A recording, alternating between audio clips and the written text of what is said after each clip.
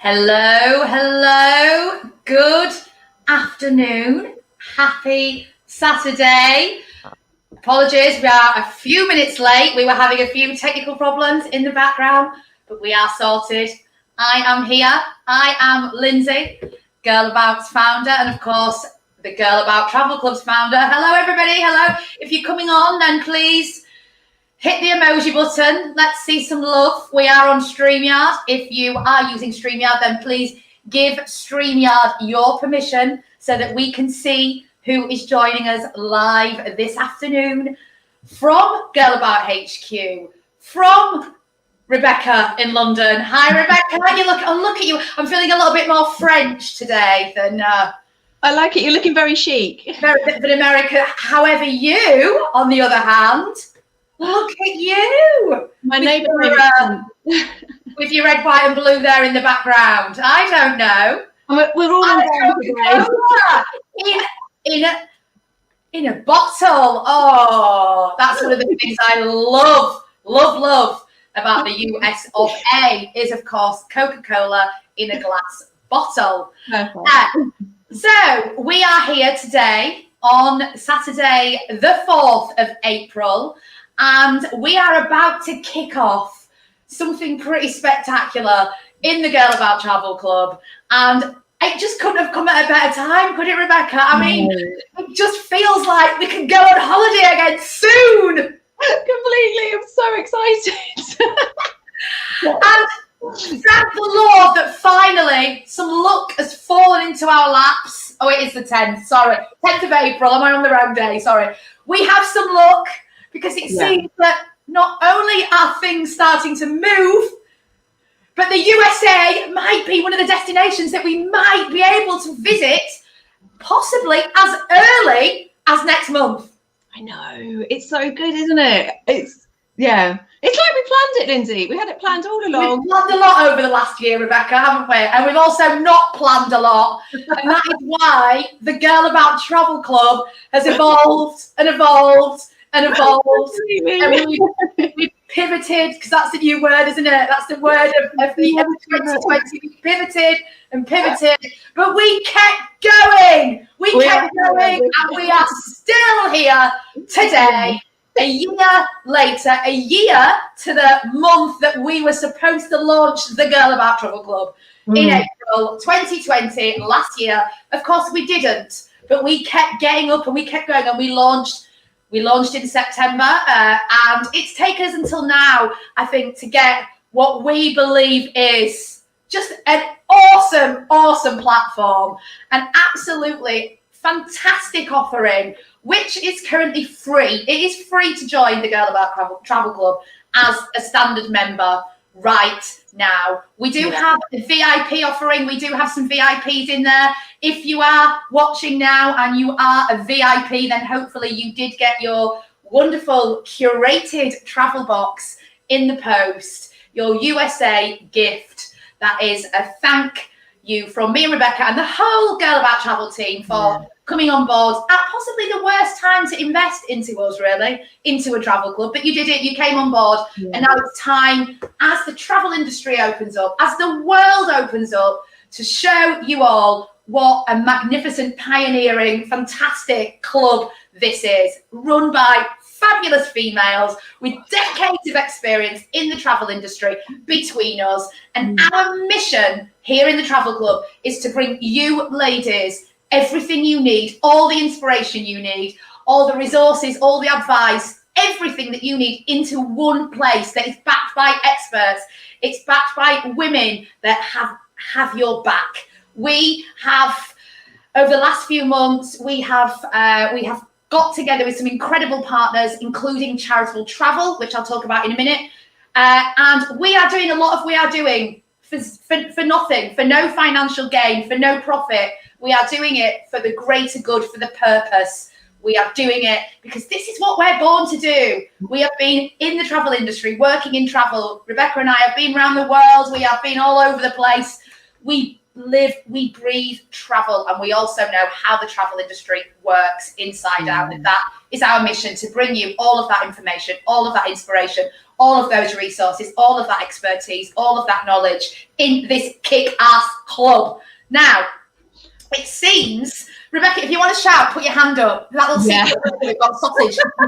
You can't get a word in edgeways. You know what I'm like when I get on my roll. You're fine. You're on a roll. Carry on. I'm good. So anyway, what we did last week, we sent out a lovely direct mail. We went traditional, didn't we, Rebecca? Yeah, we went old school. It was really... We went old school, and by God, did it work. We have had the most incredible feedback from women across the country who received something small in the post, something just to remind them of who we are and to remind them that we are here. Great that you're loving your box. I'm not sure who you are. I can't see you. Please give Streamlab permission, but I'm so glad that you've got it and you've got your planner ready for today. We will be kicking off in 15 minutes.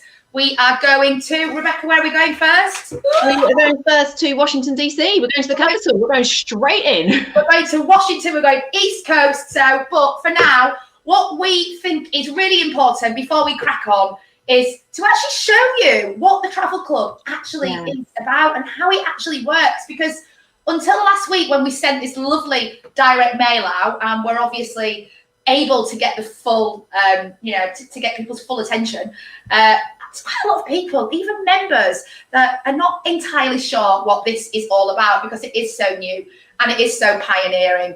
And I think everybody is just so used to booking holidays in a certain way. And we are trying to change that, aren't we, Rebecca? For the greater good. Yeah, absolutely. Yeah, and we've been working so hard, again, over the past few weeks, doing a big revamp and redesign of the Travel Club. And it's not 100% where we want it to be yet, is it? But it is so much, it's moving on so much further than where we were in September, and it's just looking really great. So should we show it? Can we share it? Absolutely, let's show it. And let's just tell everybody, if we'd have known what we'd have known a year ago about how mentally consuming tech is, we would have gone and created a handbag brand, wouldn't we? Yeah. Or we'd have sent out a monthly newsletter through the post, or direct mail is the way forward. Anyway, she's right. We have made lots of amazing changes to the Travel Club. We are still not entirely there yet, but we're going to show you today our USA hub. Shall we have a little look? Yeah, bring it on. Let's bring it on. Let me figure out how to share this screen. More tech issues. Here we go. Oh, and Katrina, yes, thank you. We can now see you. Thanks for pressing OK. Nice to see you. Here we go. Right, can you all see that? So when you click on girlabout.travel.co.uk, you hit this lovely sales page here that tells you all about the club. And if you go to the top right and click on member login, that is where you log in. So if you are a member, if you signed up, you will have received a password and you will be able to log in. Now, when you log into the Travel Club, this is essentially the page you hit. So here we have some lovely places to click. We have our community forum. Now, the community forum is essentially our own little Facebook. It's our own little social media channel, just for us, just for travel, just for, oh gosh, look, it wants my password. Brilliant. Okay, just bear with me a second. Here we go again. We had this slight issue earlier. Never mind, don't worry. Now you're going to get to see my password. Oh, it's 10 digits long. I'm going to try and get chat for a minute, Rebecca, while I try and get back in. Yeah, so that community chat area is all the best bits of Facebook, without the constant news updates of irrelevant stuff to you. So it's don't do any of that remarketing, do we? Where you no, exactly. Where you're looking for something and then you get 6,000 ads. Yeah. That doesn't happen. No, it's a chance to see all the groups that you've signed up to. So any interest you've got, we've got a group for there. Let's have a look. All those latest updates. So anything, and it's all so tailored to what you want from the club. Just loading. So you can see here, there's also there's a whole. This is the feed. It's like a Facebook feed. There's all sorts of comments going in there, and what our objective really is to grow this community. This is our community for us, for you, for all of our members. This is all about community. It's all about the more women that love travel that come and join this club for free right now, the more inspiration, the more resources, the more recommendations. Imagine it almost like a trip advisor, but just for women in the UK who love to travel. Yeah. You're not getting a recommendation from John over in Australia that has nothing in common with you. This is about women with something in common, a common ground around travel, but not just travel, but a certain way of traveling. This club is for women who want to get beyond the obvious. They want to get beyond the big all-inclusive hotels. They want a little bit more to their holiday maybe than a fly and flop on the Costas. They might want the fly and flop on the Costas as well, but they also might want to go on an amazing adventure. We'll use the USA today as an example, and they might not have a clue where to start. Rebecca, I was chatting this morning to Ruby Briggs, and Ruby is the managing director, let me show you, of a tour operator called North America's Travel Service, and that's the tour operator that we have chosen here to use as our official cherry-picked tour operator for the USA. And you know, the conversation we had, and it's such a good conversation, do watch it if you have some time, around the intricacies of booking holidays like that big American adventure. You know what,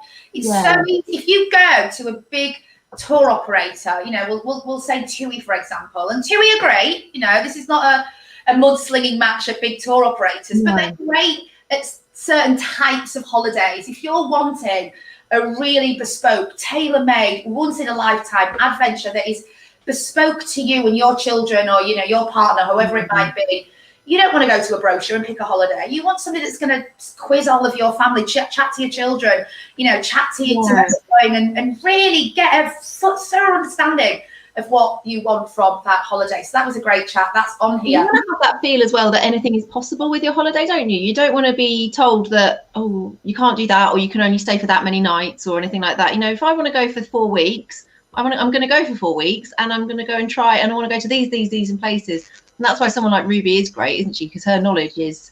She's brilliant. And the brilliant thing is there's a whole host of tour operators across the UK that are like Ruby, that have specialist tour operators that specialise in specific areas of the world. And as I said to Ruby this morning, the biggest problem is for little tour operators such as North America Travel Service is when you type in holiday to America into Google, who is going to come up? Who is going to be there? Completely. You've got Virgin Holidays, you've got TUI, you've got, you know, all the big guys, all the Expedias, all the trip advisors, the guys that really, really, really understand those destinations and can really create the most incredible holiday are not going to pop up. They're not going to pop up, and you're not going to be able to find them. So inevitably, you're going to end up with something out of a brochure. So that completely. Also, as well, I think because they've fallen out of favour a bit because we've been so good at feeling like we can travel independently and just just Google something, but actually Google doesn't always show up. Independent, it's not all it's cracked up to be is independent. We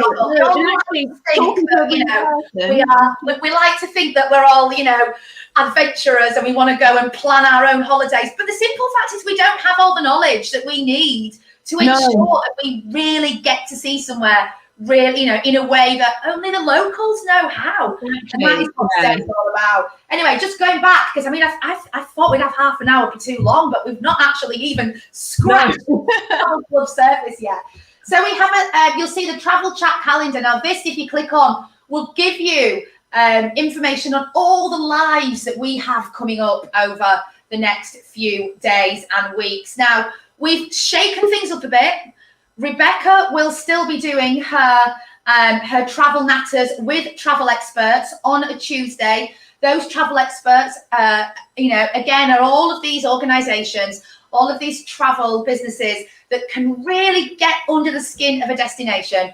We love a big tourism board, but this isn't about country tourism boards. This is about you being able to be put in contact with the little destination marketing organizations, the little, you know, the little organizations that run a hiking tour, or, you know, all of these great experts that can really give you a thorough understanding. That is what our travel events are about. And then on a Wednesday, I'm going to be doing my Wednesday Wanderlust Women series at 8 p.m. every Wednesday live. And that is going to be about incredible women, a bit like today, that either live in the destination or visit the destination regularly, to give you a really great insight into those destinations from a real woman perspective. What else have we got going on, Rebecca? Let's have a look. Well, we've got the itineraries as well, haven't we? So I think the main thing to think of, we've got the travel tribes. Let's just touch on the travel tribes quickly, because this is really exciting. Yeah. We have basically thought about every single type of woman and how she might want to travel, what her circumstance might be in relation to travel, and her travel needs, I suppose, is the best way, and also from a destination perspective as well. And we have created these little groups. Now, if you click over here, you can see that we've basically segmented the groups into different themes. So if we go to lifestyles, for example, we have a group for big families. So if you're a mum with more than 2 kids, for example, you can come and join this group. And over the next coming weeks and months, our mission is to build these groups and to have ambassadors for each of these groups that can truly talk about these ways of traveling in a first-person, authentic sense, I suppose. We've got a solo travel group for anybody who is a solo traveler. We've got an LGBTQ group for LGBT travel. We've got an LGBT ambassador that we will be introducing to you all in the next couple of weeks. And we have also got a Traveling with Babies group. We've got another lady coming on board that's going to be focusing on special needs. She has a child who has autism, so she's going to be an ambassador for our families with special needs group. And that's not just to say that it's just about children or families with neurodiversities. It could be dietary issues, it could be accessibility, it could be a whole range of situations that you need help with, because there's not enough information out there for women who might want to travel or need to travel in a way that's above and beyond, the mainstream. And we want to change that. We want to change that with the Girl About Travel Club. So go in there and join these groups. Once again, you can access them from either down here on the left, Travel Chat, again, that's the forum, your profile, the travel tribes that you've joined are down here, or if you go to the top, you can see them all there in Travel Tribes. And again, we've got different ones we've got the recently active ones, so you can see there's a members update. We've got regional ones that we're working on, all sorts going on. Go have a look through them. If you think there's one of them that is relevant to you, then go join it, because what happens is if somebody puts something into that group and you can put stuff into that group as a group member, then the members in that group get notified. Now let's move on to today. So we now have this fabulous USA hub, and over the next 3 months we are going to be building the content in this hub. So if you're thinking about going to the USA on holiday and you want to go beyond a couple of nights in New York or Las Vegas, and you want to really create the most incredible adventure, we are going to ensure that everything that you possibly could need is in this club. The only thing that we need your help with is building the community and your reviews and your recommendations and your ideas. And you can absolutely come in. You can see here, join the USA tribe, click on that, join that group.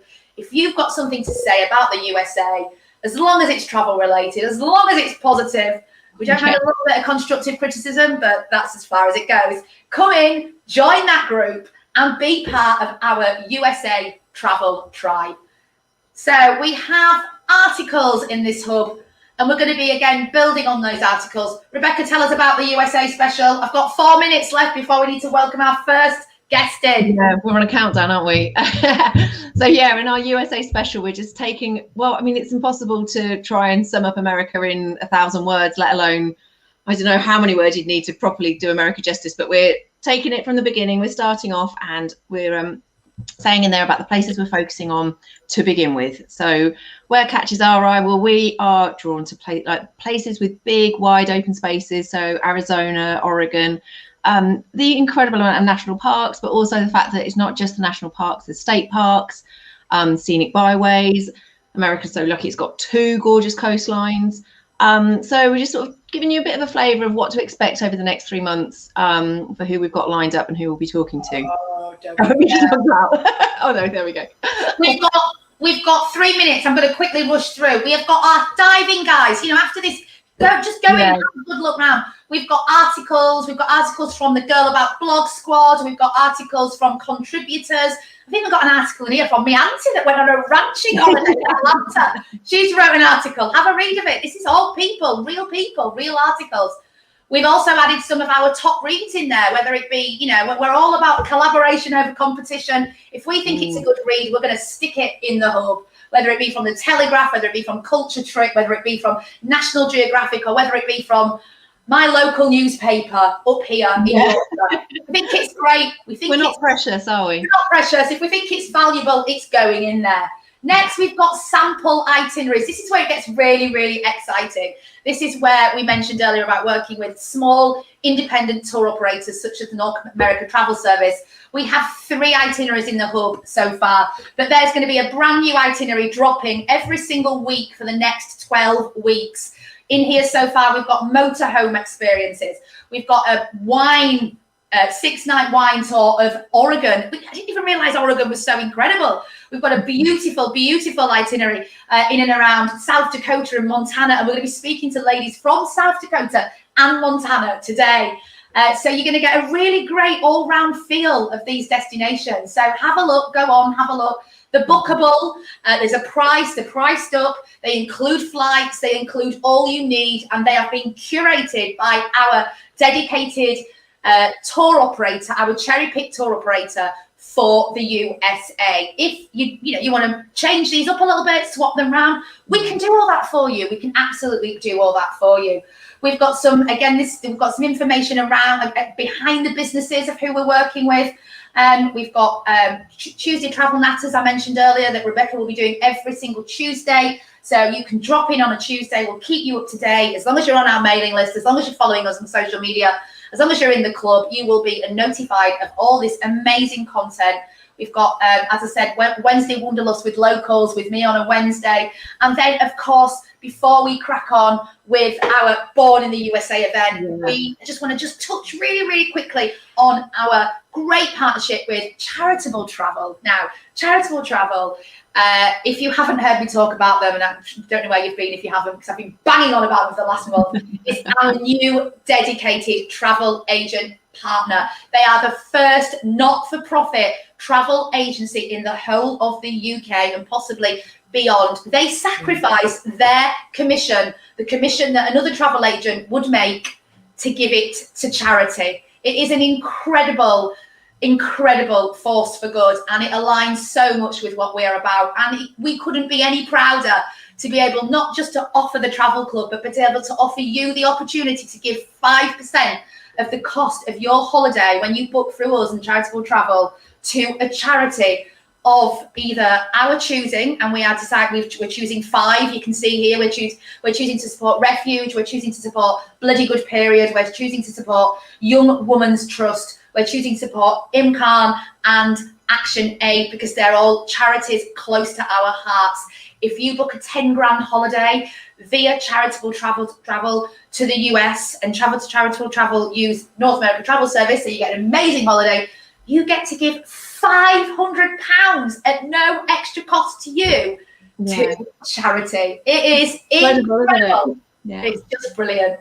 And without further ado, we've got some guests backstage. Yeah, we've got some guests. We've got a fabulous lineup of women joining us this afternoon from across America. So yeah, I'm so excited to get talking to them, really. And we've got our first guest waiting backstage, Mary Collins from Washington DC. So I'm gonna grab a glass of water because I need literally breathing after all that. I'm gonna let you chat to Mary, Rebecca. You can go first.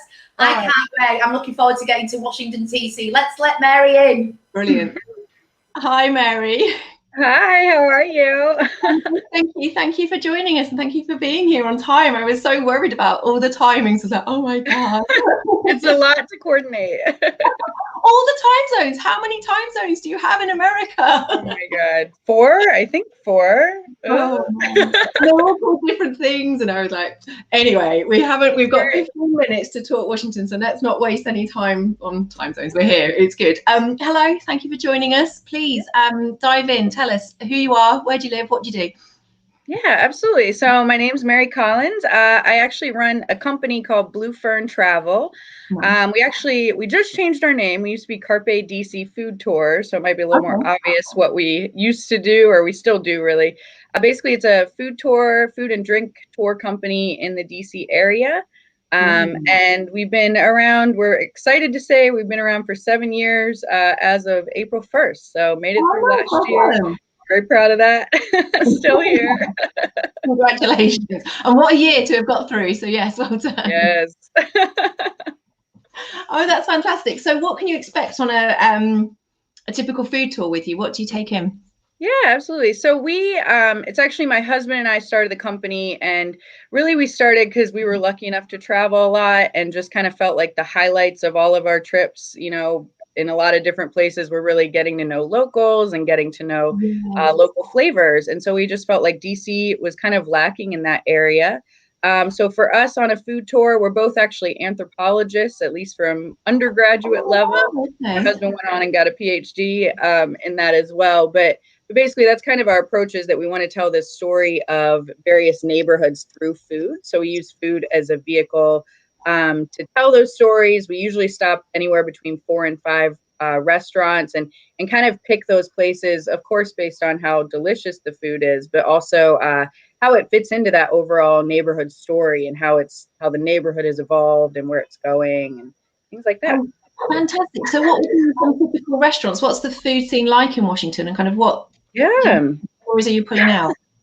Well, it's actually very different kind of based on the neighborhood that you're in. So it's kind of funny. I'm actually going to go hop off and give a tour pretty soon, but that neighborhood specifically is called U Street. It's formerly known as Black Broadway. So if you think about the Harlem Renaissance artists, Ella Fitzgerald, Duke Ellington, those are the folks that used to hang out in U Street before they went up there. And some of the food is there's Ben's Chili Bowl, which I definitely would tell all your guests, if you come to DC and you don't eat Ben's Chili Bowl, whether it's on our tour or any other way, like, you've definitely missed out. That honestly is probably one of the main staple foods of the DC area. I mean, there's quite a bit of variation depending on the neighborhood you're in, though. So Georgetown, I would say, has a little more of a French influence. It's changed, more currently, but it definitely has that kind of undertone to it. So just to give you an example.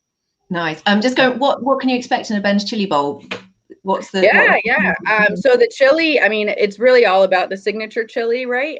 Ben's originally from Trinidad, and he came and found that he really hated French fries with ketchup, and so his mission was to bring spice to America, and so he basically did that through the platform of chili. But kind of the signature thing you would get there is a half smoke, which is similar to a hot dog, but not a hot dog. You have to call it a half smoke.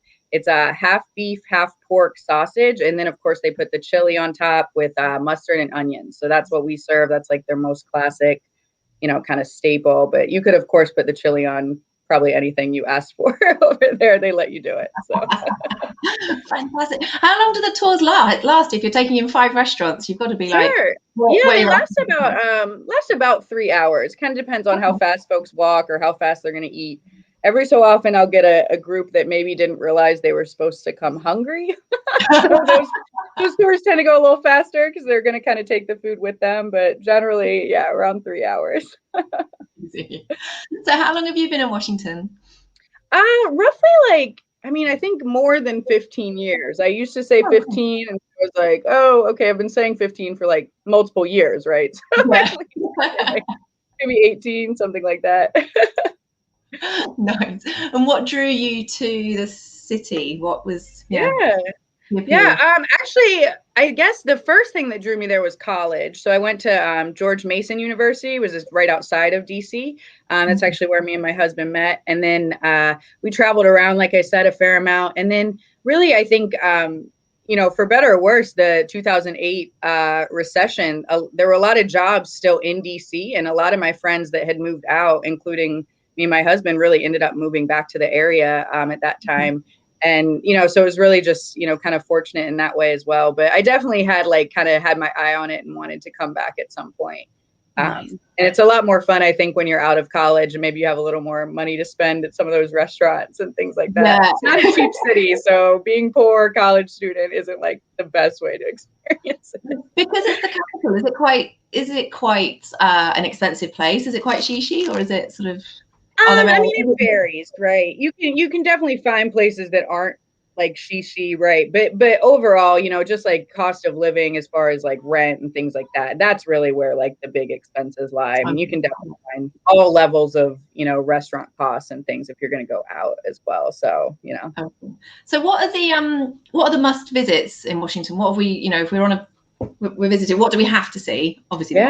Yeah, great question. I mean, one thing we like to say, I definitely appreciate all the national monuments, and I think they are a must see if you're going to be there.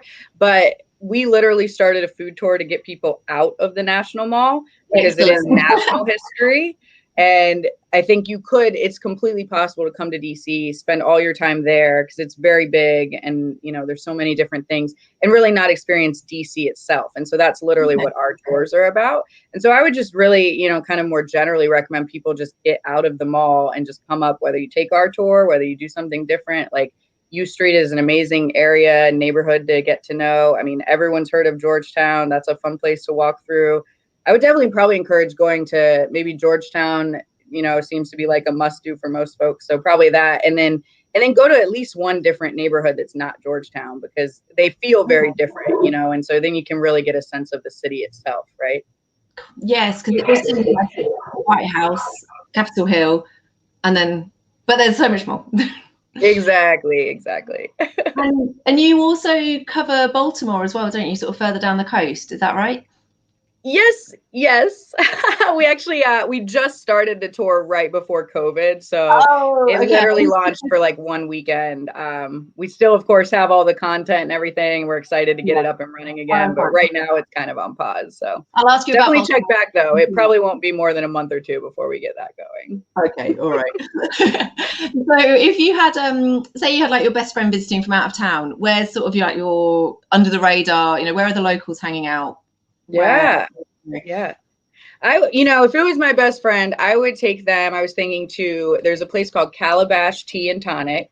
This woman who runs it is a 5th generation herbalist. So she just knows tea. I mean, it's very different kinds of tea than you've ever it's not English breakfast. It's I can't even think of the names, but the names are so creative. The flavors are so creative. And you literally feel good after you drink it. She's got this down, right, to a science. So I would definitely recommend that. And then probably Meridian Hill Park is kind of a lesser known, really pretty park in the area that has some cool sculptures and things like that. So, just thinking if I was going to catch up with a best friend, that's probably what I would do. And then there's lots of really great breweries. So probably Right Proper is a good one on U Street that I definitely like to take friends to. But, breweries in general, DC has a very good brewery scene too, so I probably want to do that. So there's so many different communities within the capital and sort of so many nationalities as well, and so immigration has played a huge part in it, has it? Absolutely. That's definitely one thing we really like to showcase on the tour. Most of our restaurants are either minority owned or women owned, or I guess that's kind of the same thing, but it's incredibly diverse, right? And so we really want to showcase folks how diverse it is. One group specifically, actually, that I would definitely recommend for people as well is Ethiopian food. DC has the largest Ethiopian population outside of the country of Ethiopia. And so it's roughly 35,000 folks. And in a city that small, that actually really translates pretty heavily influenced. So I like to explain to folks, I think it's probably just as common for people to order out and get Chinese. They probably order out and get Ethiopian more often in DC. Wow, so it's a really big deal. Yeah, it's delicious too. I will take people on that there on the tour today as well. Oh, fantastic. So what else is lined up on your tour today? Where else are you going to be going? Let's see. So Ben's Chili Bowl, Ethiopian. There's a really great soul food restaurant called Oohs and Ahs that has like just the most incredible macaroni and cheese you've ever had, and I personally love it. So that's like a really high bar. And then we kind of wander over to 14th Street, and we end up at a place called Colada Shop, which has Cuban-inspired food. And then our last stop is a place called Jubilee Ice Cream, and they make flavors of ice cream that are literally submitted from residents in DC. They have like a blog, and those folks will submit the flavors, and then they kind of pick and choose. And so it's just as local as you can. Yeah. So pretty full by the end. We think the ice cream just fits in the little pocket. Yeah, that's what I would say to my daughter. We always place their ice cream somewhere. Yeah, exactly. That one always is a big hit. So God, that sounds incredible. Okay, fantastic. Yeah. And when you're not going around amazing restaurants, what are you doing instead? How do you relax in the city? I guess I'm a pretty big yogi, so I definitely, there's some nice yoga studios in the area, and really just walk around. I mean, honestly, the city does change a lot. I mean, it's just kind of rapidly changing, and so it's always nice to kind of take a stroll through and just kind of see maybe a neighborhood that we don't visit as often, you know, and kind of get to know, keep a pulse on things. I did wander over to the cherry blossoms Monday morning. I had a little extra time and kind of did that, like acted like a little tourist in my own city. Those pictures are so gorgeous though, yeah. Exactly. Yeah, it was like peak bloom. So I was like, all right, I don't want to miss it this year. Yeah. And does it feel different now? There's a different president in the White House, or sort of it tends to have a little bit of a shift, I would say. Like with every administration that changes, you know, their staff come in, and it's always a pretty large staff, and so there's just, you know, it just has a little bit of a different feel to it. It probably more depends if you're like down in like, you know, kind of a more business district area, maybe you can feel that a little bit more. But I mean, I think probably not saying much, like especially the last administration, you know, there's a pretty large shift into this current administration from what we were working with. So yeah. Yeah, that's a whole other can of worms to yeah it's probably just calmed down a little, honestly. So that's we're very happy about that. Yeah. We are over this side of the pond too. Yeah. Thank you so much for joining us, Mary. I really appreciate you putting it on. Yeah, thanks for having me. Another guest. We're going to head to North Carolina now. Thank you. Enjoy enjoy your tour. I'm very jealous of those people that get to join you today. I will, absolutely. We'll have a great rest of the show. It sounds amazing. Thank you. Thanks, Mary.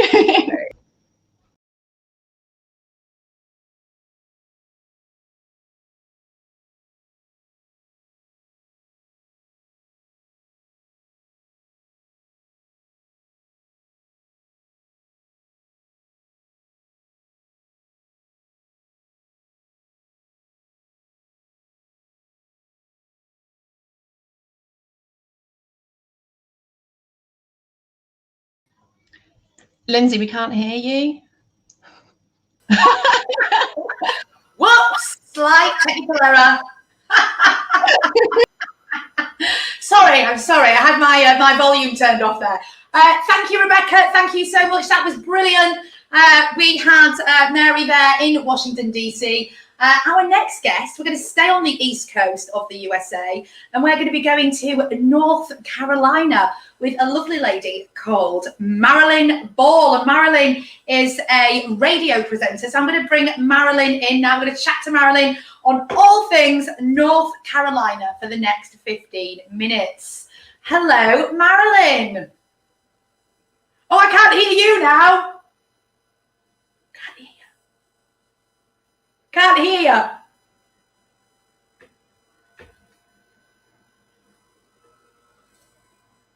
We have.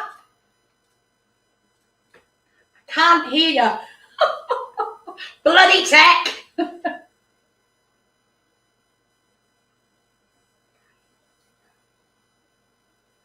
Give it a minute, guys. We'll try and get Marilyn in. Just a minute. We're trying to get her on. So Marilyn has a little presentation, I think, that she wants to show us as well. So worst case, we can show you the pictures and without the commentary. We can't hear you.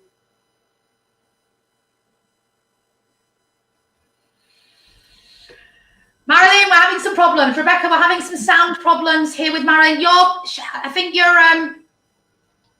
It definitely says it's muted now, doesn't it? You're muted. You're muted, Marilyn. We can see a little mute thing in the corner here.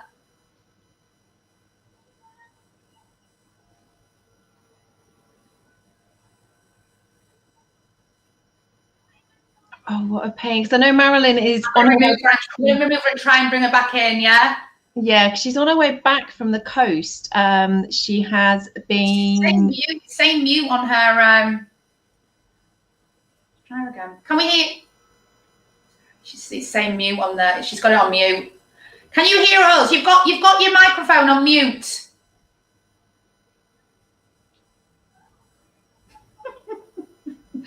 Oh, sorry, guys. Because yeah, she has sent in some great pictures as well that we can share. Shall we have a look at the pictures? Shall we? Why can't we can share the pictures? I can't talk them through anybody through them, but she's got the mute button on there. And I've tried to unmute you this end as well, and it's saying it's not letting us. It's not letting us move. Let's kick her out again and bring her back in a minute. In the meantime, let's share the screen. You got the pictures? I have, yeah. Excellent. There we go. Got some nice little pictures. I've never been to North Carolina. I don't really know a great deal about it.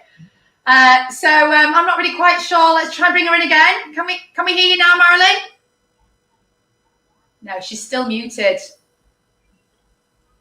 I'm going to just try one more time. Oh, fannies. Why? Yeah. So Marilyn has really kindly pulled over on her way back from visiting the coast, getting back to Asheville, where she's from, which is 4 hours away. And the next picture is Asheville itself. Do you know much about North Carolina? No. Rebecca, what's the capital? Let's get quick. Let's Google. It looks beautiful, doesn't it? It does look really good. And when I had a quick chat with Marilyn the other day, she was telling me what a fabulous city it is, because it's got such a real, really strong community spirit, and it's very, everything's very community led, and there's a real good art scene as well. So it sounds like it's such a great place to visit. And in the background as well, you've got the Blue Hills. She's going to Blue Mountains, Blue Hills. Is anybody that's watching us right now, has anybody got any knowledge around North Carolina that they would like to share with us? That we can share, because once again, this is all about helping each other. The Travel Club and of course Girl About is all about your opinions, your recommendations. So if you have been to North Carolina, it would be great now for you to speak up. Poor Marilyn, look, I can see her. She's in the car park getting all stressed out. Bless her. So Marilyn, if we can, we will. So I can talk a little bit about the Appalachian. Well, it's the Appalachian. Sorry, the Appalachian Mountains, because they actually go all the way up through New York State. And the hiking is absolutely stunning. And I haven't been to North Carolina, but I have been and done some of the Appalachian Trail in upstate New York. So it is very, very stunning around this area. Poor Marilyn, there must be nothing more frustrating now than listening to us trying to attempt to talk about the... I'm really poor at lip reading. Are you any good at lip reading, Lindsay? I can't read. No, unfortunately not. No. I'm gonna do some Googling quick. You talk. Okay. We've got... So we'll certainly get Marilyn back for a Wednesday Wanderlust, and when we check the tech a bit more. It's because I was really keen to hear how the coast had been as well, because it sounded gorgeous, and it sounds like the weather was starting to get a bit better there, because it's spring break over in North Carolina at the moment as well. So also Marilyn runs a podcast, so if anybody would like to actually hear Marilyn's voice, then tune into her podcast, speaking of travel, because she has tons and tons of guests from around the world on that, so you can actually hear what she has to say.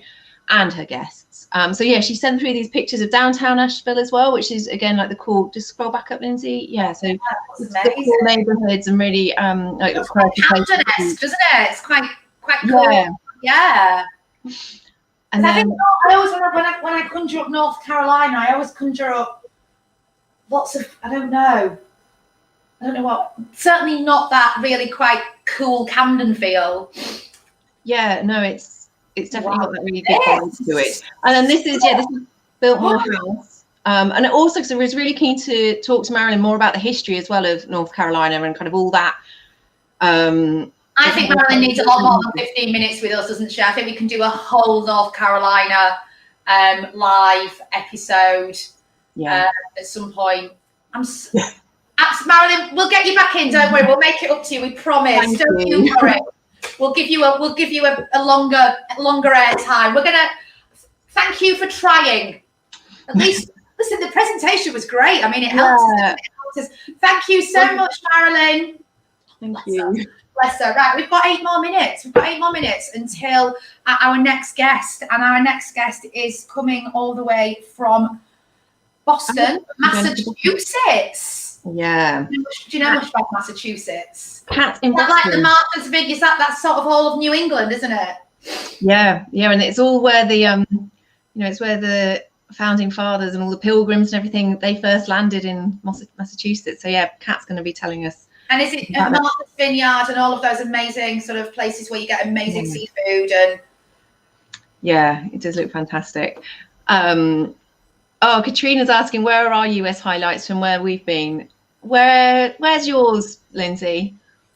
Well, I've been to Vegas 5 times. Whoa! I have also worked. I worked for Isle of New York for 5 years, so I've seen a lot of New York, and upstate New York, which is beautiful. I mean, it's really interesting because I think a lot of people associate the Isle of New York logo just with New York City, when in fact, Isle of New York actually encompasses the whole of New York State. So I've been to New York State a fair few times. I've actually been, interestingly, I've been to New York City for business a fair few times, but I've never done any of the major attractions because I always wanted to go do them with Ian, the husband. So I always walk around like quite blinkered, and so I've not seen the Statue of Liberty. You have to have a read of Sally's New York piece in the Travel Club, because she did a fantastic weekend in New York, and she's done the piece really brilliantly. She's as if she's playing top trumps. So it's all about like, actually don't go up the Empire State Building, because when you're up the Empire State Building, you can't see the Empire State Building. You got the Rockefeller. You got the Rockefeller. So you can see the Empire State Building. I did do that, but I have not seen the Empire State. The Statue of Liberty. I was very lucky to work for Kennedy Space Center for a couple of years. I have actually seen a rocket launch at Cape Canaveral, which was I also represented and worked on behalf of Palm Beach County in Florida for about 5 years. A beautiful, incredible part of Florida that actually a lot of obviously Americans, certainly those that live in Florida, know a lot about. But us Brits, we don't know that much. It's sort of a bit of a hidden gem. It is where Donald Trump has Mar-a-Lago. I know, that completely puts me off. So, but apart from that, there are more on the Palm Beach is a county, and then there's there's an island which is basically that there's more billionaires per square capita on this island than there is in anywhere in the world, and they've got a shopping a street a bit like Rodeo, and got these incredible restaurants. It is like major money. There's so much money. And I had a great time out there. I stayed at the Breakers, which is a very, very, very luxurious hotel, and Boca Raton. I stayed there as well, which again is, these real quintessential sort of huge luxury properties that the Americans love. Not so much me, not really my thing, but they are nonetheless. And they do them well, don't they? So. Oh, they do it so well. What about you? We've got a few minutes. Tell me where you've been. I've got really fond memories of being in the Everglades down in Florida and doing those going out on the boat among the Everglades and getting to hold this baby alligator that must have been about this long. And just like Incredible. Such a strange thing to hold. I was very much like, yeah, like a man eater. It's like, yeah, like stroking a baby shark, isn't it? Sounds a bit odd. Completely. Oh. But also Colorado, I've got very fond memories of this, as we were talking the other day, with our travel snaps, little chat in the Facebook group. Yeah, Colorado, skiing in Colorado, lots and lots and lots of fun. That was and a very all-American, big style, just big style ski resorts. And then I love New York. I'd love to go back to New York. I really, haven't been for 15 years maybe, and I think I'm sure it's changed loads. You just need to go and hang out in Brooklyn now, or blah blah blah, and have your flat whites, blah blah blah. But also just downtown Manhattan's just so cool, and and also then I want to go to all 64 national parks ideally. I mean, we've been doing some ticking them off, haven't we? And some of these national parks. I mean, have I got some funny lad going on? A little bit, yeah. Naughty. Yeah. We when we started, when me and Ian went traveling 15 years ago, we kicked off in the US, and we did 6 weeks in California, and we did all of we drove through Death Valley up into LA. I had a very good friend that lived in LA for a long time. I went to visit her a few times. Love LA, love Venice Beach, love Santa Monica. It's all great. But we drove up from we went from LA all the way up the Pacific Coast Highway to Big Sur, up to Yosemite, up to the wine regions, and then back down through Vegas, Death Valley, San Diego, and then into Mexico over the Tijuana border. Wow. It was amazing. Yeah, and it was interesting because we got to Vegas, and it was the 5th time I've been. Actually, it was the 4th time I've been to Vegas, and we were on a budget, so we literally found this really, really dodgy, proper motel about 10 minutes out of town, and and we walked in, and it just felt like somebody had been murdered in there the night before. It was just like, oh my god, I'm in Vegas and I can only afford to stay here.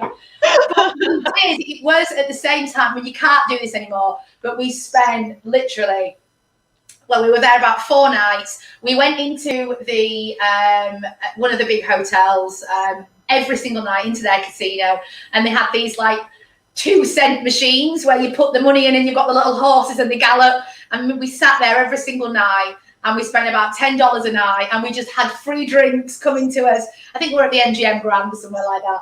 Just free drinks all night, and we spent $10 on this machine every night. It was fabulous. Can't do that anymore in Vegas, unfortunately. I was hoping that you won all the money for the rest of your trip. You gambled your savings, and we're we didn't have anybody to gamble with. We just sat there in our baseball caps and in our shorts on this machine, and it was fabulous. Absolutely brilliant. And then for my 30th, I actually won another trip to Vegas, and that was very much more luxurious. And we did a helicopter tour over the Grand Canyon, and we did the helicopter tour over the Strip, and we went to see, we've done a couple of Cirque du Soleils. Oh, it was incredible. I love Vegas. I really do. I know Sally's dead keen to go. Kat's asking as well if there's a curfew for kids in Vegas. Is there a kids? I would never take my children to Vegas. I wouldn't want them seeing what Mummy gets up to in Vegas. I have no idea, Kat. I'm sure there's some incredible kids clubs. 24 hours. Yeah, but I wouldn't know, and I wouldn't want to know.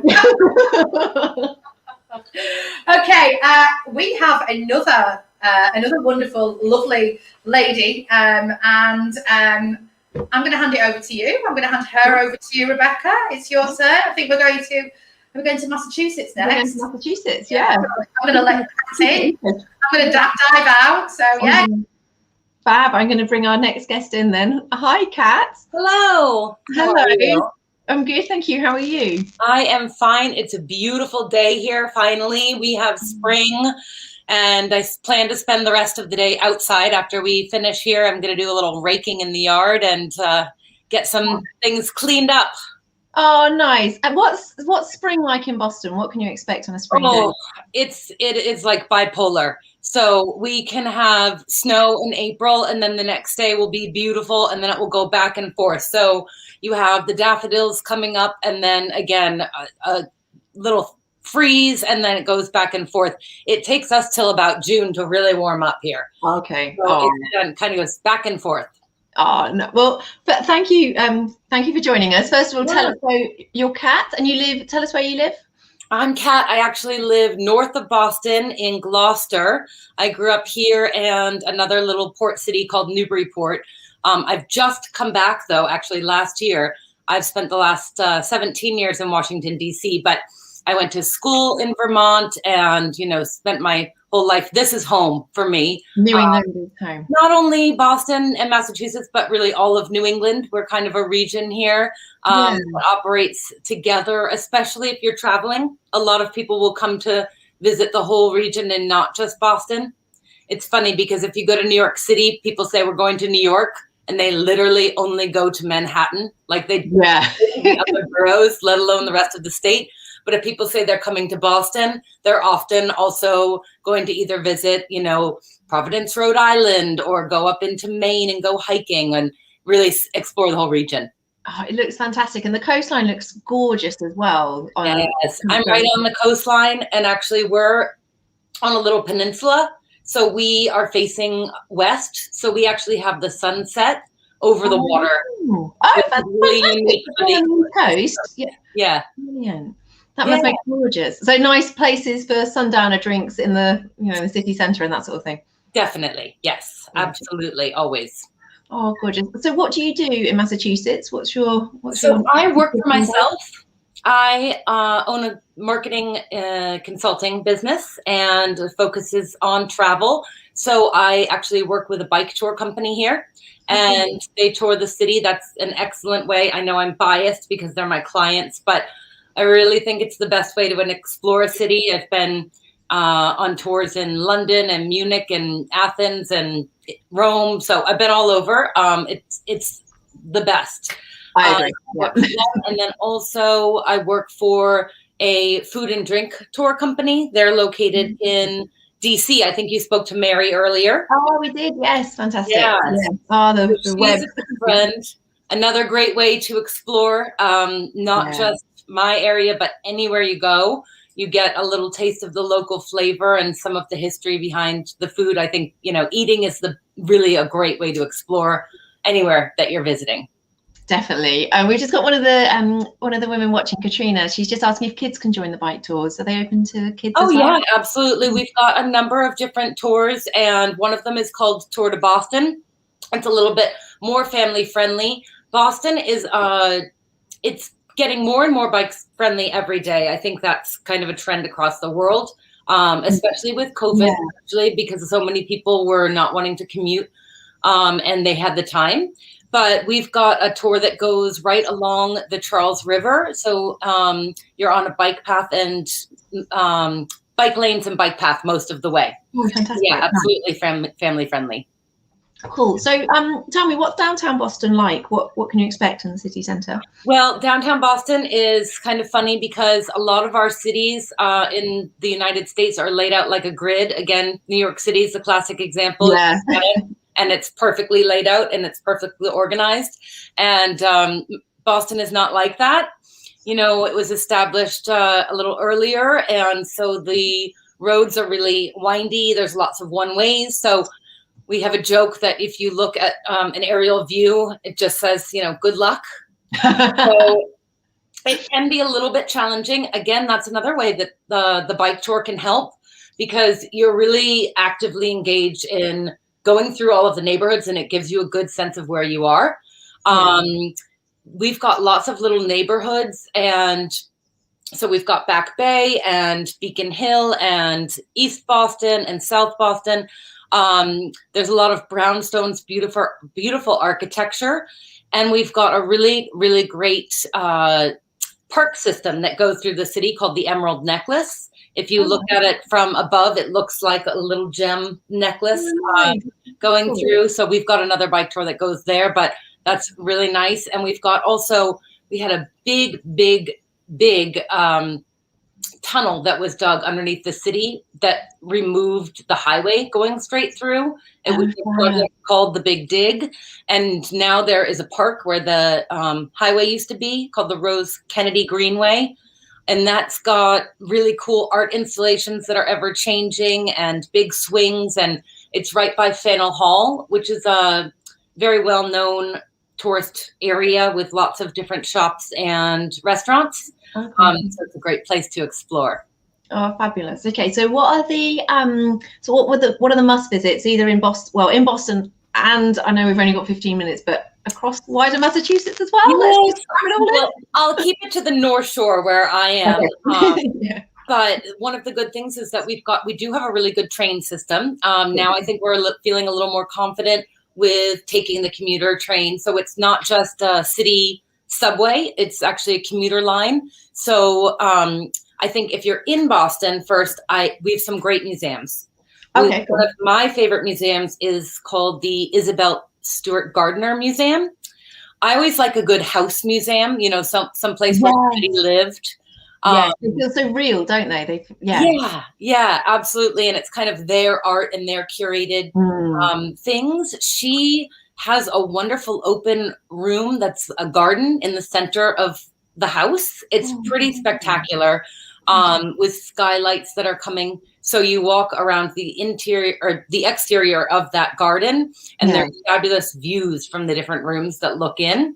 And who was she? What was her role in the city? Oh my gosh. Sorry, put you on the spot. Don't worry. No, that's okay. I don't actually know. I just go and enjoy all of the beautiful things. That's fine. So I apologize for that. But we also do have the an art museum as well. We've got a lot of different museums, but my favorite is the House Museum. Sticking on that trend where I am in Gloucester, there's another house museum called Beauport. There's also a hotel called Beauport here, so that's not to be confused. But again, it's this fabulous home that you go through and tour. And this man was very eccentric. He had some very cool artwork, but also very quirky things like shutters and like whole walls that opened up for the view out onto the ocean. So that's really kind of cool. You also have to walk down Newbury Street in Boston. That's where all of the kind of high-end shopping is, and some great restaurants. Stephanie's on Newbury is always great place. Luckily, that has survived. Some of my favorites have gone this past year, which has been difficult. I know that's happening in cities all over the place. But and then I also really like a good dive bar. I'm not always up for the fanciest places. And there's a place in Beacon Hill called the Sevens, which actually only sells beer and wine. They don't have hard alcohol, but everybody knows the show Cheers, where which was filmed in Boston, or not filmed in Boston, but it's about a bar in Boston. And the tagline is "Everybody knows your name," and the Cheers is in Boston. You could go there, but you can go to the bar, can you? You can. I think it's not very authentic because it is kind of a touristy area, but a lot of people like that. So go.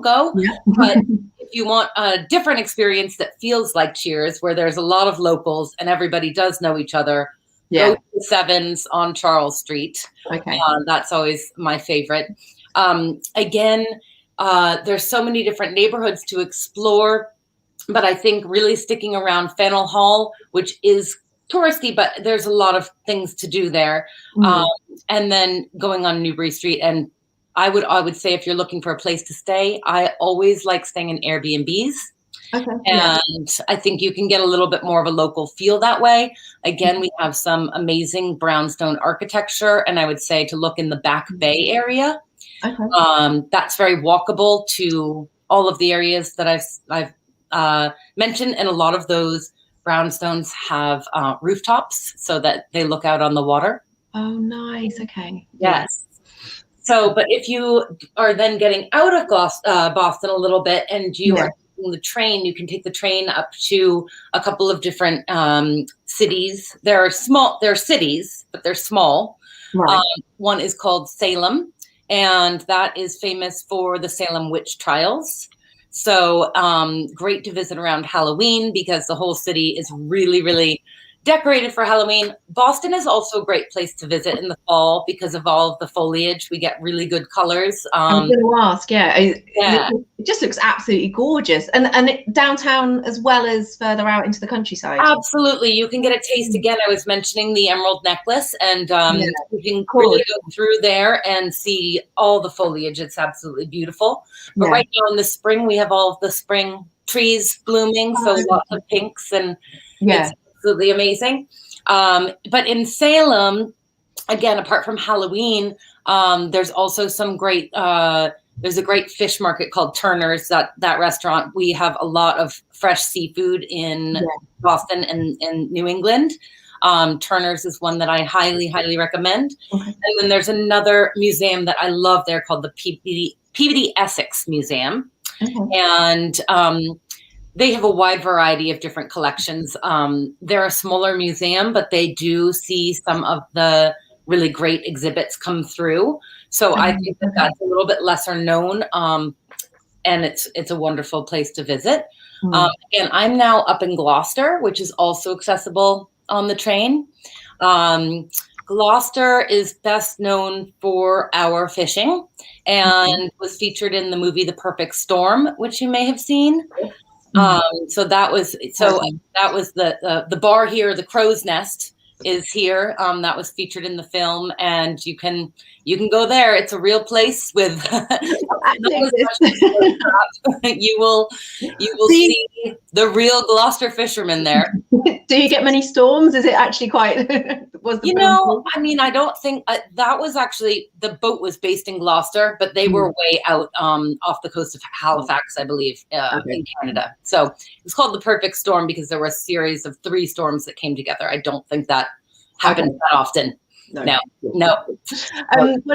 Someone who's watching is just asking if Kat's asking if train travel is expensive for getting around. No. I think that probably to go from Boston to Gloucester to Salem might be like $8, something like that. Okay, so you could do a really nice trains, and then hop on some bikes. Oh, and also someone else was asking if there's many electric bikes around as well. Yeah, they do have electric bikes at the company that I work for. We do have the name. What's the name of that company? Do you say the name? It's called Urban Adventures, or easier to remember as our bike shop that is connected as Urban Cycles. Okay.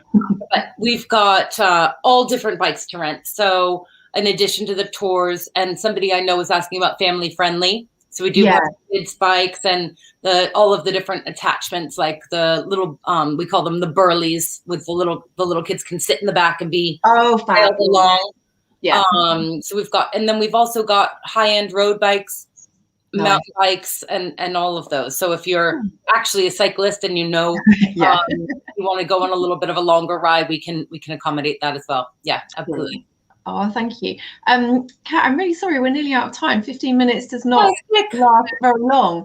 But just before you go, what's your one sort of standout, if you want to, if you've got some time off to yourself, you're not working, where do you go? What's your happy place, or favorite place? Well, I'm really lucky right now.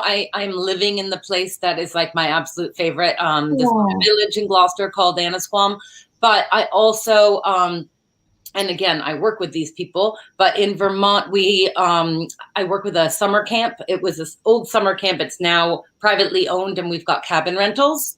So that's 230 acres and a lake and hiking trails, and really, we're not getting very good Wi-Fi up there. So that's nice. Off the grid, and that's actually really wonderful. I have a dog as well, so she's kind of my happy place, and my sister and my dog and I will go up there and run around the trails, and it's really a lot of fun. That place is called Wapanaki, which is complicated, but maybe I can follow up and pop it in the comments below, definitely. Oh, well, thank you so much, Kat, for joining us. Enjoy the rest of your day. Go out and enjoy the lovely spring weather. Yes, and you guys enjoy as well. Thank you so much for having me back. This was wonderful. Pleasure. Thank you, Kat.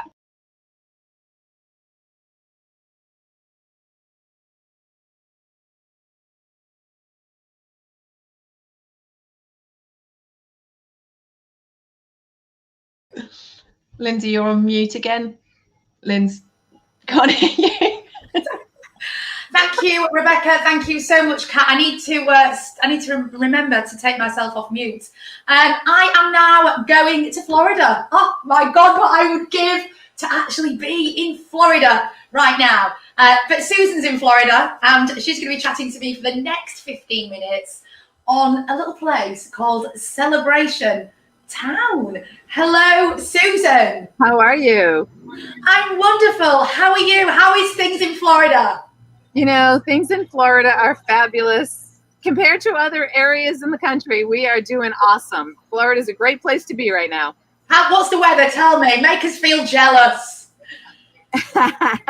You know, today happens to be a great day in Celebration. We're having a big car festival. I know I'm in my office, but if I could bring my computer outside, you'd see probably 10, 20,000 people on the streets right now. It's out of control, but it's awesome. Brilliant. And I mean, I've been to Florida, I've been to Miami, I've done the Disney, I've done the whole Disney thing. Yeah. I've been up to Cape Canaveral, but I've not actually heard of Celebration. And when I Googled it, I was like, oh my God, this is just crackers.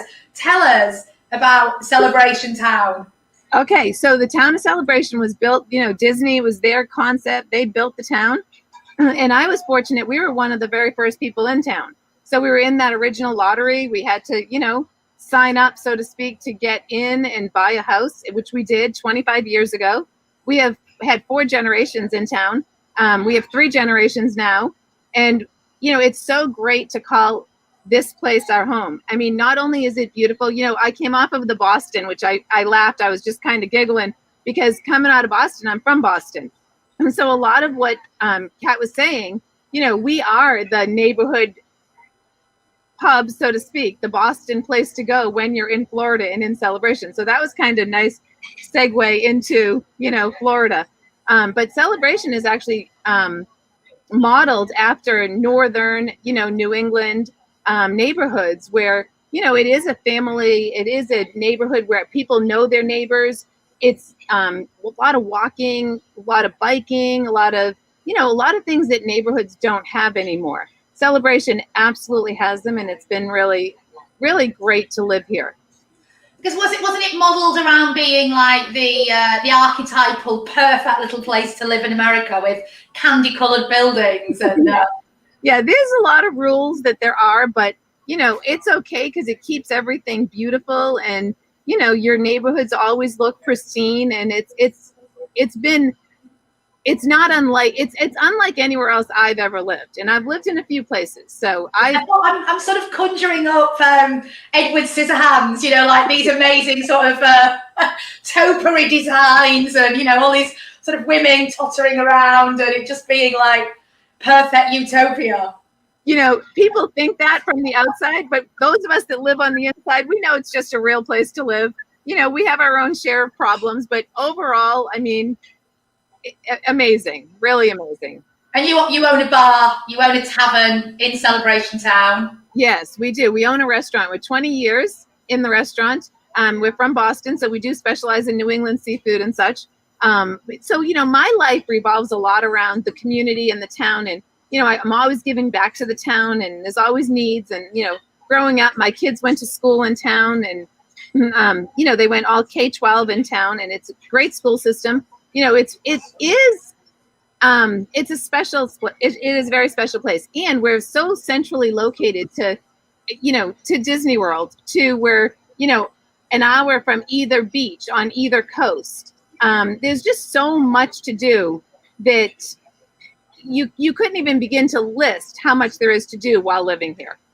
And do you get a lot of people? I mean, have you got hotels? I mean, I know nothing about Celebration. Okay. Have you got places where people can, you know, if somebody wants to come on holiday to that part of Florida, to Orlando? Are you in Orlando, or is it separate? Yeah. We're in Kissimmee. Yeah, we're in Kissimmee. Okay. Yeah. So you can go and hire a villa or a condo or a hotel. There's 50,000 vacation properties, homes. You can be from Airbnb to just privately, you know, renting out somebody's home. We have a little hotel in town here. It's the Bohemian, which is a great little boutique hotel. We have everything you need in town, but outside of our town, Kissimmee just holds so much more. I mean, from the wildlife to safaris, Gatorland, you name it, and you can do it in town. So if you don't want to be in one of those great big, sort of themed hotels right down on what is it? International Drive is the main strip, isn't it? Then you could. I mean, iDrive is a main. That's more convention area based. So there's obviously a ton of conventions that come here, but the ones that are around Disney and the Disney properties, I mean, living here, one of the greatest things to do to live here is to go on a little staycation. We drive 10 minutes and we're in our new world, and we stay, and it's almost like we're on vacation, and it's great. It's just something you are never bored. If you don't want to be there, you're not bored living in Kissimmee or Celebration. I mean, if my children were to live where you live and to be able to staycay in that part of the world, it must be just. Have you got children? I mean, have they? Yeah. So my kids, they were 4 and 5 when we moved here, and they're 20. Yeah, they're 27 and 28. My daughter actually is a doctor. My son is going to be rent. So I just actually bought the restaurant next door to this restaurant. So we're going to be opening a second location in town that's going to be more diner oriented. So my son's going to run that, and my daughter's living right now in Massachusetts, which is kind of ironic. So I mean, everything. I still am involved in the schools, doing everything I can to help out the town also, because that's what living in a town and being part of the community means. And if I was coming out, or if you were showing one of your best friends around Celebration, I mean, where would you take them if they've not been before? Where would you head to? What's the sort of hidden gems, the secret places to go, apart from your tavern, of course? Of course. The town itself is fairly small. So, I mean, you can go through all the walking trails, which are awesome. I mean, it's just, you see in nature and, wildlife, and it's great. But in our town, you can shop, great shops, fabulous shops to shop, and great restaurants, and none of them, any style foods you want, from Colombian to, Thai to just different. So nobody's competitive with each other. But then again, you go straight out, just outside of town, and the plethora of stuff to do is beyond. You want to just go take a sky coaster at Old Town, you can go, I mean, you want to go to Disney for the day, you want to go to Disney Springs, just go walk around, have dinner, go to Legoland. I mean, you just can't even imagine the amount of things you could do if you have time. Do you get lots of Brits coming into what's your tavern called again? The Celebration Town Tavern. Celebration Tavern. Do you get lots of people coming in from England, or? We haven't this past year, but we're looking forward to coming back. Yes, absolutely. We have a lot of international travelers, yes, that come here. And what's in relation? I mean, how near to the beaches are you? Where are you near, sort of St. Pete's and? Yes, so St. Pete's probably an hour and a half to the west, and Coco's about an hour to the east. So if you want, I would say it's like that soft, white, fluffy sand if you go to the West Coast, and it's more, harder, wet sand, like more a New England feel on Coco. But both beaches are beautiful. You can't beat it. Oh, I love Florida. I worked on behalf of Palm Beach for a long time. So, I've spent some time in that area. But as I said, I've never really come across Celebration. And when I Googled it, I was just like, wow, only in Florida could there be a little town called, Celebration. Now, I think I was half expecting you to be like, surrounded by marshmallows and all sorts of, pastel pinks. But you're in your bar. Yeah, I'm in the bar. Your wine's down. Yes. Yes, I am here. It's just, I do a lot of working. That's all I have to say. But, anyone in a restaurant anywhere knows that work is like first and foremost. So. Absolutely. And how's it been with COVID? Are you all, is it starting to? COVID, it's been tough. We are very fortunate that we're family owned and operated, and, we've kept all of our staff, and we've gotten through it okay. We've gotten through it okay, and it's coming back to fairly normal now. And what's the vibe like now? Is everybody starting to get out? I mean, you mentioned that there's some rally on at the moment. Oh yeah. If I walked you outside, you'd be crazy right now if I showed you what's going on out there. But it's you know, outside, obviously, we still use our mask policy in the restaurant, because I think that's only, you know, safe, and we always want to stay first and foremost safe. But yeah, it's definitely a lot of people are getting vaccinated in Florida. It's been very easy to get vaccinated. So I think that it's gonna, you know, hopefully we're through the worst of COVID, and we're just looking up. Future is ahead of us now. Well, and we've seen some stats, and it's looking really positive, you know, in terms of us as Brits being able to go out to the US. We're hoping that we've got a traffic light system coming into play next month, and we're really hoping that we'll be able to get out there, because I mean, it really is, you know, one of the absolutely. You know, the whole of the States is such an important place for us Brits to travel to, and you know, it's been brilliant to speak to all of you lovely ladies today and be inspired to get back out and, you know, get across the Atlantic and visit all of these places that we've missed. Susan, it has been fantastic. Thank you so much. Thank you so much for chatting to us today. And I, for sure, next time, I have promised my children that big trip to Florida. So I will be coming and hunting you out and having a pint at the Celebration Tavern, hopefully sometime next year. Thank you so much, Susan. Take care. Thank you.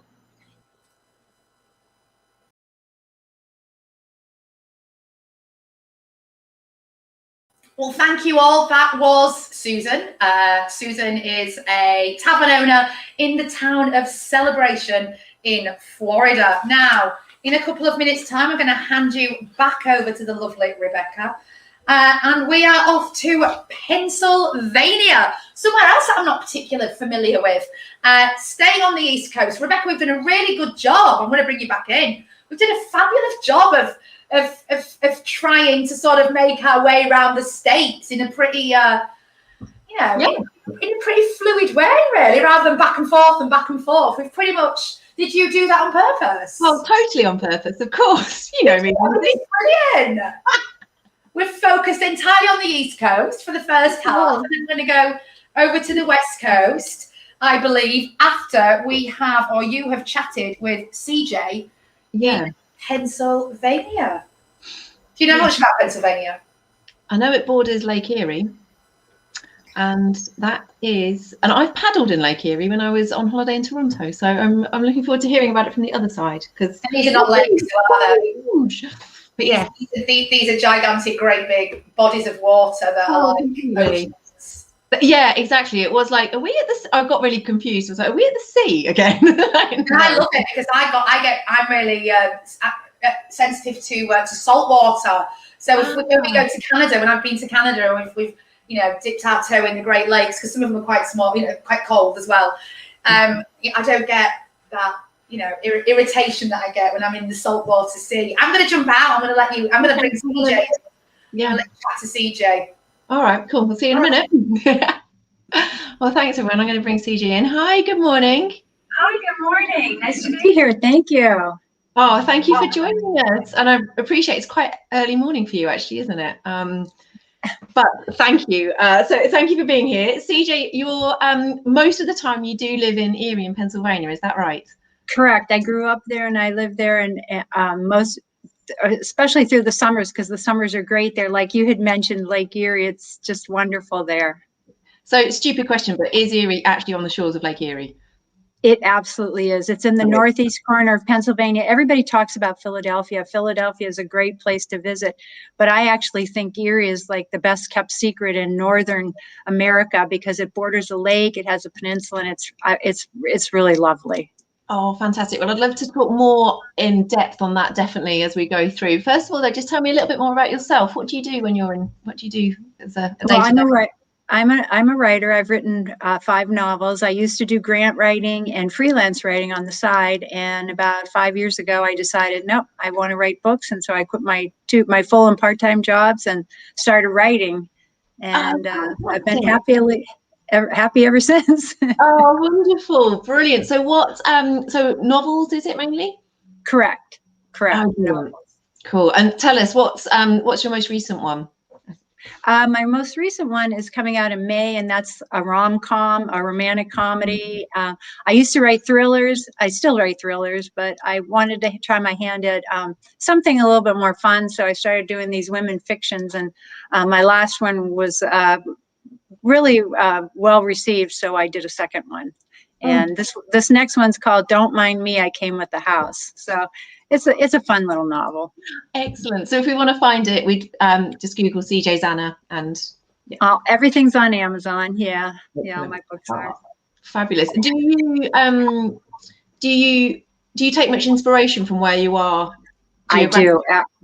Absolutely. Erie is so beautiful. You can the lake, and we have a campsite down on the peninsula, and every morning I would run there and sit outside and write, and it's so peaceful and it's inspiring. It really is a beautiful place. Wow, that sounds idyllic. Fantastic. So what so did you grew up in Erie, did you said?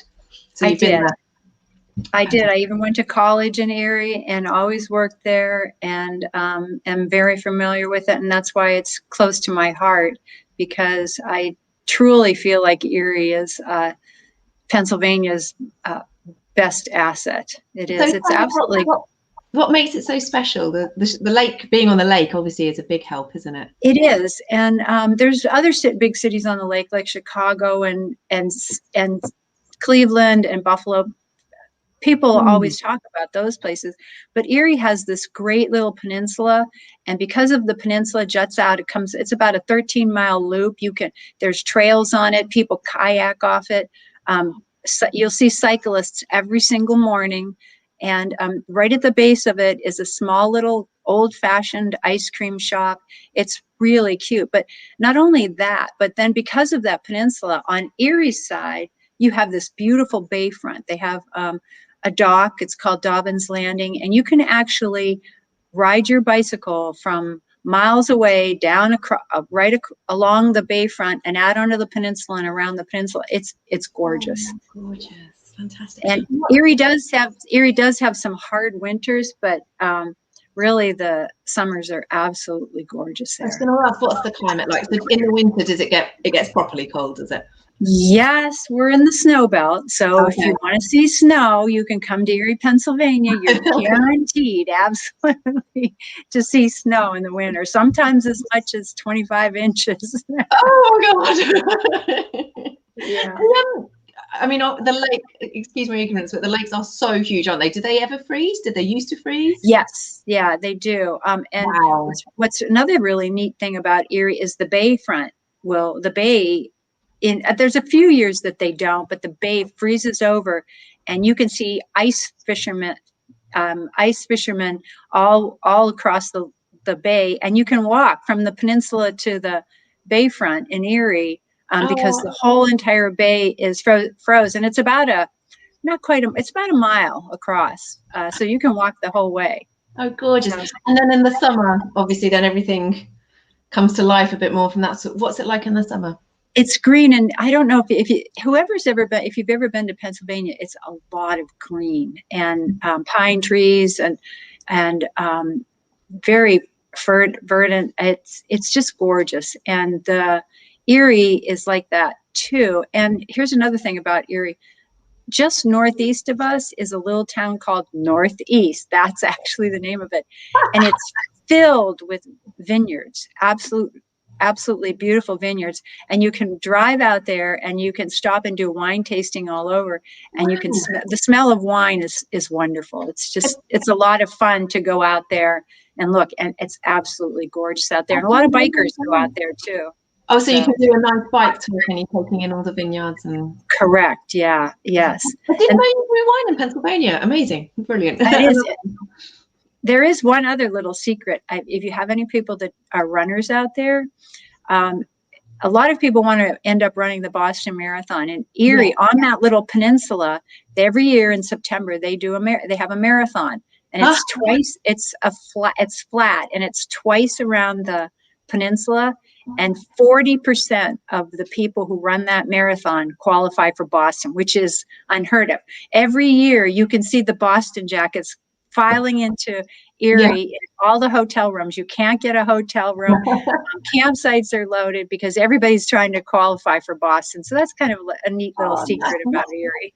Must be a bit more picturesque than Boston's marathon as well. Sorry, no offense, Boston, but Pardon me? must be a bit more picturesque than Boston's marathon as well. No offense to Boston. Yes, yeah. So what's the, actually on that, are there some good campsites and things, and what's the accommodation like in Erie? Is it hotels and things?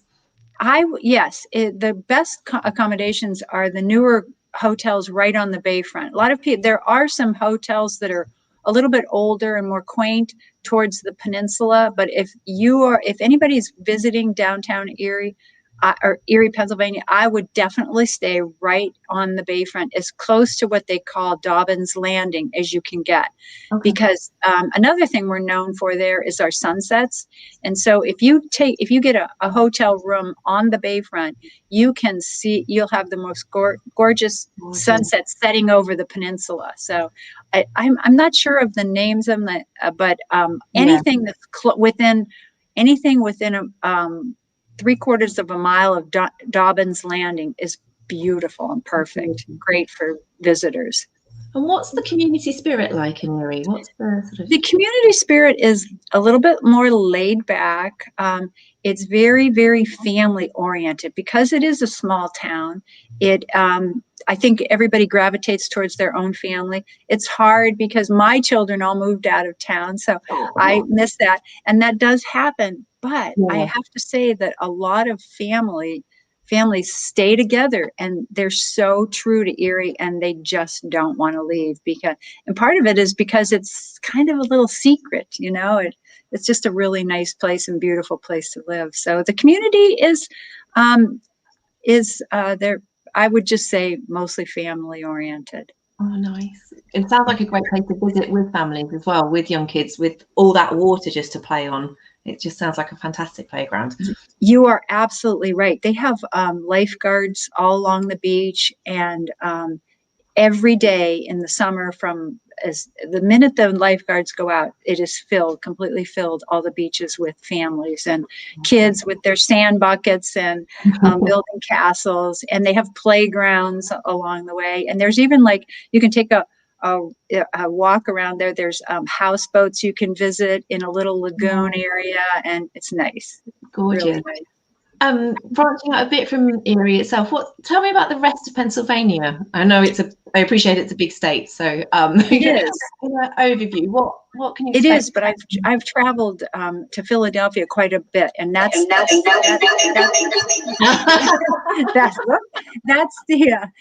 the other corner of the state. And my daughter used to live there, and my son lives there now. Philly is a great historical place. Anybody who's interested in history should visit Philadelphia, and they have some really nice trails along an old stagecoach line that goes along the river. So that's pretty nice. One of the oldest cities. Pardon me? Is Philadelphia one of the oldest cities in the States then? Yes, it's one of our first cities of the country, and it's got much, much history. And Pittsburgh, I don't know if you've ever heard of Pittsburgh, Pennsylvania. Yeah. That's in the south, and that is a really quaint little place. They have a little strip of hotels and eateries along their river. They have it's called Three Rivers Stadium. That's where all the sports are played at, and three rivers join together. And right where those three rivers join, they have a little strip of hotels and eateries. So that's really nice. But there's a lot. They're traveling across. Like if someone wanted to travel from Philadelphia to Erie, you go straight across the strait. It is absolutely gorgeous. It's so green and so beautiful, and really a nice trip. It's about 6 hours. Oh, not too bad. Yeah, it's not too bad. No. What have you got? Any national parks in Pennsylvania or state parks? We do. The forest, and it's all so green and lush. We don't have. I can't think of any national parks. However, it's scattered with little parks everywhere. Erie has several. There is one place. It's called the Grand Canyon of Pennsylvania, and I don't recall how to get there, but it's on the way between Philadelphia and Erie, and it's a little bit of a rustic stay. There's a lot of cabins that people stay in, but that's really a beautiful place too. And I'm trying to think, they're all along the highways. There's places to stay. I know there's Marine State Park between Erie and Pittsburgh, and then Lancaster is along the south border, and that's a quaint Amish town. Really? If you're traveling down by Philadelphia, you should definitely go to Lancaster if you like that kind of atmosphere. You can buy Afghans and Amish food, and the Amish all take care of all their little stores. They have like a cheese trail. Oh my gosh, it's really quaint, really a nice place to visit. Fantastic. Are there and so where were the vineyards as well? They were closer to Erie, were they? The vineyards are up close to Erie, and we've had people that travel from the whole state to Erie, to Northeast. That's up by Erie. And cool. Those vineyards are great. They have Delaware wines and all kinds. It's really good. Nice. So where I've been asking this a lot today, but where's your go-to happy place? Where do you retreat to when you just want just to feel content? Absolutely, the peninsula. It's called Presque Isle State Park. Yeah, and that's the peninsula. And grab an ice cream cone and walk across the street with a book and sit down on the beach. That is definitely my go-to spot. That sounds so wonderful. Yeah, really nice and relaxing. And just lastly as well, if you've got friends in town, where's the sort of go-to restaurants and bars and that sort of thing? Where would you got to go to visit? Well, as far as the go-to spot, there's a lot of little restaurants that I could name. However, Erie has the best chocolate in the world. So I would tell them, go down on 8th Street to a little place called Romulo's Candy. There's a press bookstore right around the corner from it. And I always tell people, you get something called sponge candy, and it really, seriously, whenever I'm out of town, I miss the chocolate. So that's where I tell everybody to go. So what is sponge candy? Pardon me? What is sponge candy? Sponge candy? It's almost, it looks like a sponge inside. It's kind of a yellowy, it's all sugar, a porous sugar, and it's covered with milk chocolate, and it is to die for. It melts. You take one bite, and it melts in your mouth. Little candies like that. Gorgeous. Always have to have some of that with you. Excellent. Okay, so I'm coming for the wine, the peninsula, and the sponge candy. Brilliant. Okay. Yes, for sure. Oh, fantastic. CJ, thank you so much for joining us. It's really, really good to chat. And I'm going to check out your latest book as well. And and hopefully get to that peninsula sometime soon. So thank you. Really good. Thank you so much. We're heading to California next. So yeah, thank you. Well, I'm going to hand it back over to Lindsay. Brilliant. Thank you, Rebecca. That was interesting, wasn't it? Yeah, it's really nice. Really cool. Yeah. Very interesting. Yeah. And now we're going to head across through a few time zones, and we're going to hot foot it over to probably one of my favourite US states that I've actually been to, which is, of course, California. And we're going to be chatting, or I'm going to be chatting live for the next 15 minutes to Jessie in California. So I'm going to bring Jessie in. I'm going to duck out. Actually, just give me a second while I change my banner.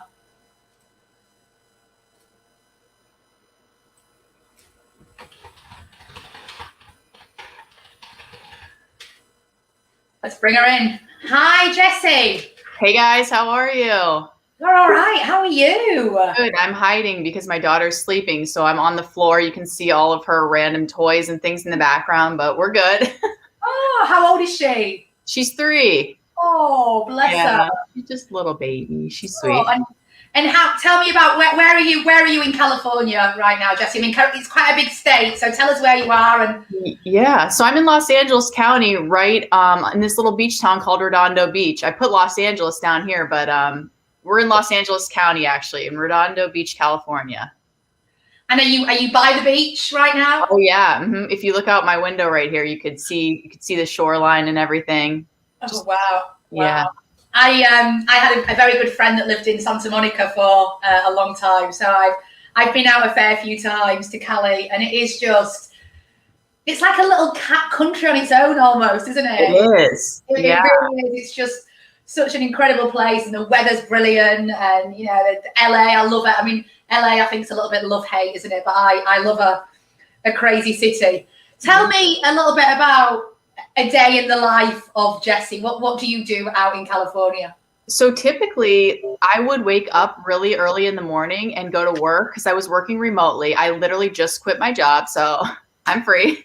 But tell us what what's an on-air host? So actually, yes, I was an on-air host for Maria Menounos' AfterBuzz TV. But since the pandemic, we kind of shut down the studio. So I haven't been doing that. I was in sales for 10 years in professional sports. So I worked for the Washington Nationals, which is a Major League Baseball team. Who else? The Baltimore Orioles, the Washington Capitals, Wizards. And then I came out here and worked for the Los Angeles Rams. But then I stopped when I had my baby. So yeah, I was doing on-air hosting. That stopped with the pandemic. So I went back into sales, doing medical aesthetic sales for a company, and I just quit. So usually what I would do, because I was working remotely from home, is I would wake up at 5 a.m. and start calling on the East Coast. So I'd call New York, do some stuff out there, and then kind of come across the country. And I'd be off work at like 1 o'clock. And I would go for a run. I run every day down by the beach. So we have a nice strand down by the beach. And in Redondo, we have one that's up higher and lower. So I usually run the higher route because it just like so much beauty down there. The cliffs and just seeing all the mountains and everything nearby. It's so beautiful. But it's actually pretty laid back here. We're definitely like a little beach town. I like to go for walks. I like to go down to sunset. If you check me out on Instagram, you'll see all my sunset pictures because I literally go to sunset as much as I can down here. When you say sunset, you mean the actual sunset or Sunset Boulevard? Yeah, no, the actual sunset. Yeah, because we live right by the beach, so I just walk down to the beach and take sunset pictures like every night because it's just so beautiful down there. I was looking in awe at you're a photographer. Yeah, I love photography. That's like my number one thing that I love to do. So. Landscape photography is something I really love to do. I've been doing some like family stuff with, the local people, but I really prefer to do landscape photography for sure. So check out Jessie's photos. What's your Instagram handle, Jessie? I mean, they are incredible. Yeah, I'm on Instagram at Athletchic, ATHLETCHIC. You can see all my landscape photography there. Gorgeous pictures. So what attracted you to where you live now? Why did you end up there? So we were moving to California and I really wanted to move to Santa Monica because I've been there before. I love like how busy it is there. And I just love that it's on the beach. But everybody that we knew kept saying, oh, move to the South Bay. So the South Bay is made up of a bunch of beach cities, Manhattan Beach, Hermosa, Redondo. And so we moved to Manhattan Beach because we had a friend that lived there and they really highly recommended it. They helped us get a location because I was living in Baltimore at the time and I couldn't come check out like houses and stuff. So they would check these apartments out for us. And we found one in Manhattan Beach that was literally a block off the water. We lived there, but it was just so expensive to live there. And we wanted like a driveway and a yard. We were living in a really small apartment with no parking. Like I didn't have a dishwasher, just like, it's just small stuff I wanted a bigger place. So we moved down to Redondo. It was a little bit less expensive, but still in the South Bay. And we live not even a mile from the beach. And it's just, really quiet here and safe. And we just love it here. So how far from downtown LA are you? Probably about 10 to 15 miles, but that takes a really long time because the traffic here is so bad. But I never really complain because I just love it. It's not too bad for me anyways. And is it a sort of similar vibe to Santa Monica or? Redondo? Yeah. You know what? Actually, I would say it's way more laid back. It's Yeah. way less busy. Santa Monica is a really busy place. So actually, I don't, when people come to town, I don't typically take them to Santa Monica unless they ask, only because it is so busy and every place everybody wants to go is like extremely populated. So I always bring them down here to the South Bay. I just think it's so much more laid back and easy going down here, way less populated, easy to get around. It's just its own little bubble down here. And would you get a lot of tourism? Do you get a lot of people coming there to stay on holiday, or? Yeah, definitely. You definitely can notice a pickup in traffic and, you know, people visiting the beach during the summer months and spring break for sure. I remember my highlight of Santa Monica was being taken to the Cheesecake Factory. I'd never been to a Cheesecake Factory before, and I had a good friend that lived out there, and it was just like, oh my God, you know, every single country needs a Cheesecake Factory. It was absolutely incredible. Yeah. I don't think we've got one over here yet. Still, it's still something that I think you guys can only lay claim to. Yeah. What type of thing? And if somebody's coming to visit your part of California, Jessie, what sort of things would you sort of suggest that they get up to ensure that they really see an authentic, you know, way in which you live? Yeah, I mean, I think California is kind of like you said, it's like its own country. There's so much beauty here. I'm so lucky because I'm from Pennsylvania, so it's a total different world living over here. So I usually have people when they come out, I'm a road tripper. Like I'm literally about to, after this, get on the road and head up to Alabama Hills, which I'll tell you about. But I usually take people around here in the South Bay. One really fun thing to do here is like rent like one of the beach cruiser bikes and just ride up the beach from Redondo and stop in all the little beach towns along the way and check out their little like main street and see the shops and restaurants. I love the Hermosa Beach Pier. That's where they filmed La La Land. So you'll see part of La La Land at the Hermosa Beach Pier. I saw Ryan Gosling down there while they were. Oh, please. Yes. People were congregating and I was like in the middle of a run. I'm like, what are you guys doing? They're like, Ryan Gosling's here. I'm like, no way. And I'm like, no, there's no way Ryan Gosling's here. But yep, sure. He was sure there just like filming La La Land. And the Manhattan Beach Pier is like my favorite pier. It just is iconic. I love it there.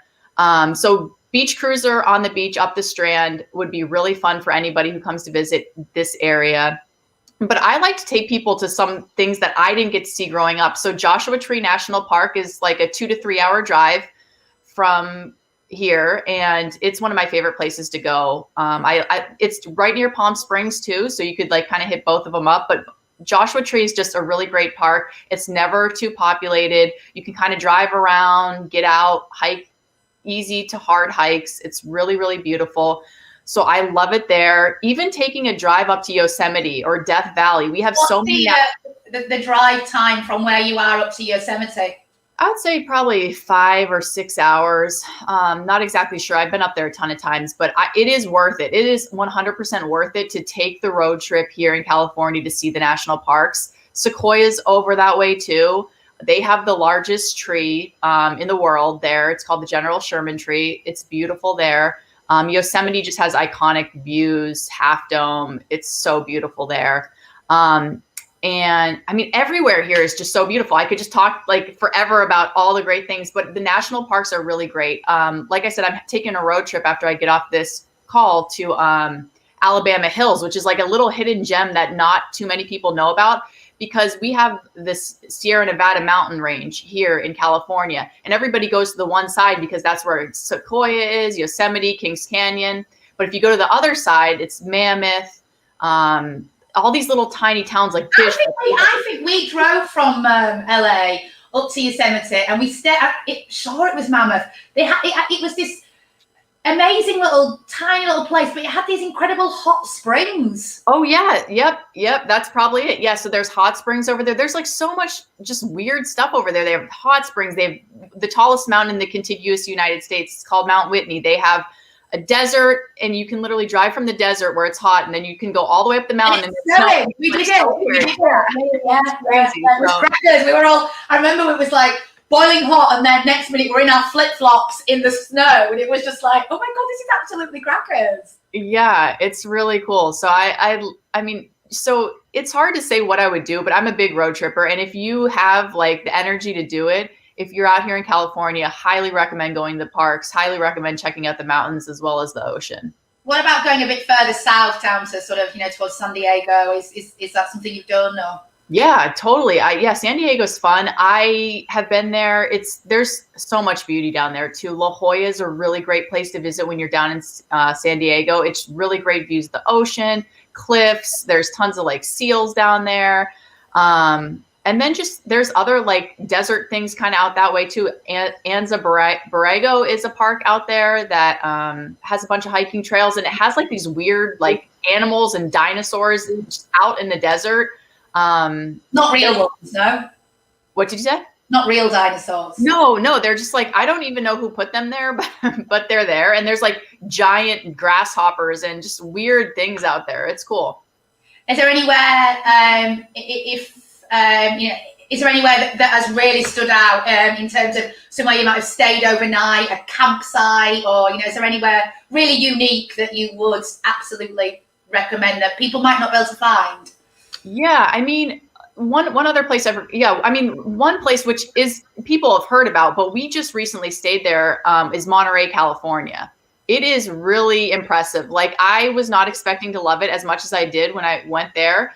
One thing I forgot to mention is another road trip that's great to take is just up along the coast. It's just so beautiful. I can't even believe I'm in the same country when I do it. That's so Monterey, it's a Big Sur up that way. Yes, exactly. Up by Big Sur. Monterey's beautiful, but really Alabama Hills in that area, Bishop, Lone Pine, they're like these small areas that people don't really go to because they're not really well known. But honestly, like during COVID, we didn't want to stay anywhere. So we got a tent and we took a drive up to Alabama Hills and stayed just at a campsite up there. And you can camp all over Alabama Hills. And it's just so beautiful and nobody knows about it. It's quiet. It's not over trafficked. They have these little tiny like towns, like mountain towns where you can get really great pizza and food. And it's just really fun up there. But also Yosemite. Yeah. I mean, Yosemite is incredible. It's absolutely beautiful. Yeah, but it's nice to hear of these, as you said, like Alabama Hills and Monterey, places that not everybody really does know a great deal about, because Yosemite really is on the Gringo Trail of the Californian fly drive, isn't it? Whereas actually, getting that real insider, view is priceless, because everybody goes to Yosemite, don't they? Right. Yeah. And you know what? Everybody does. And it is really busy there all the time. You know what? But it is still worth going. I still love it there. But yeah, there are other places that people just don't know about. And even last time I was in Alabama Hills, I was sitting there waiting for the sunset and people were like, I can't believe nobody's here. There were like 5 of us watching the sunset with this arch overlooking mountains. It's just so beautiful there. And that's the dream, isn't it? To be somewhere where you haven't got loads and loads of crowds. Right. I love it there. Brilliant. Jesse, well, that's it. Time's up. That was brilliant. I'm making notes here. Yeah. Alabama. I love travel. So any questions any of you have, you can always get to me. Like, just DM me on Instagram. I'd be more than happy to give you some ideas for travel around California. Yeah, well, I mean, you should. Hopefully, you're in our Facebook group, the Girl. Yes, I just joined. So you are more than welcome to drop inspiration into that group whenever you so wish. Thank you so much. Awesome. Thank you, guys. We'll talk to you later. I'm gonna boot you out and let Rebecca back in. So we've got another guest. Jesse, thank you so much. See ya. Thank you. Bye. That was Jesse in California. Oh my God. I'd love to go back to California. I really would. Definitely, it sounded amazing. Just the word California makes me fizz a little bit, doesn't it? Yeah, definitely. It's so evocative, and just that warmth and the beauty of the beaches. And just imagine yourself on a pair of roller boots, flying down the promenade, in my hot pants, with my music on. Completely. I'm gonna jump out. I'm gonna let you chat to Loon. I can't wait to hear this conversation, because not only do I love the name Loon, but I also, after looking up Montana and everything it offers, I'm just like, that is on my wish list. Absolutely. Let me take myself out. Excellent. Okay, and I'll bring let's bring in Loon Axelson. Hi, Loon. Hello. Hi. Good morning. Good afternoon. Morning. Yes, I guess it'd be good afternoon for you. Yeah, we're getting quite late here actually, but yes, good morning. Thank you so much for joining us. Really lovely to see you. Absolutely. First off, let's dive in quickly because 15 minutes is flying past. But tell me, so where are you? You're in Montana. Whereabouts? Yes, I'm in a northwest corner of Montana in the mountains in a mountain community called the Flathead Valley. And Whitefish, Montana is probably the biggest attraction up here. We have a ski resort called, my Whitefish Mountain Resorts. And then Glacier National Park is just in my backyard. If I go outside, I can peek and see the mountains over there. And if you've never heard of Glacier National Park, you should Google it or search for it. Yeah, so I live in a mountain town up here. Fantastic. So it just sounds so big, so open, so many just incredible wild open spaces. Absolutely. It's called Big Sky Country for a reason. We have sky forever and mountains surrounding us. Where I live in particular, there isn't a major interstate that's through here. So it's very remote. It's always like the spirit of this area is that it's remote and wild, and we want to keep it that way. If you think the old Wild West, it's still alive up here. Oh, fantastic. Actually, all of Montana is quite wild. Yeah. Oh, brilliant. Yeah, because there aren't really lakes, rivers. Oh, sorry, we just lost you a little bit there. So there's.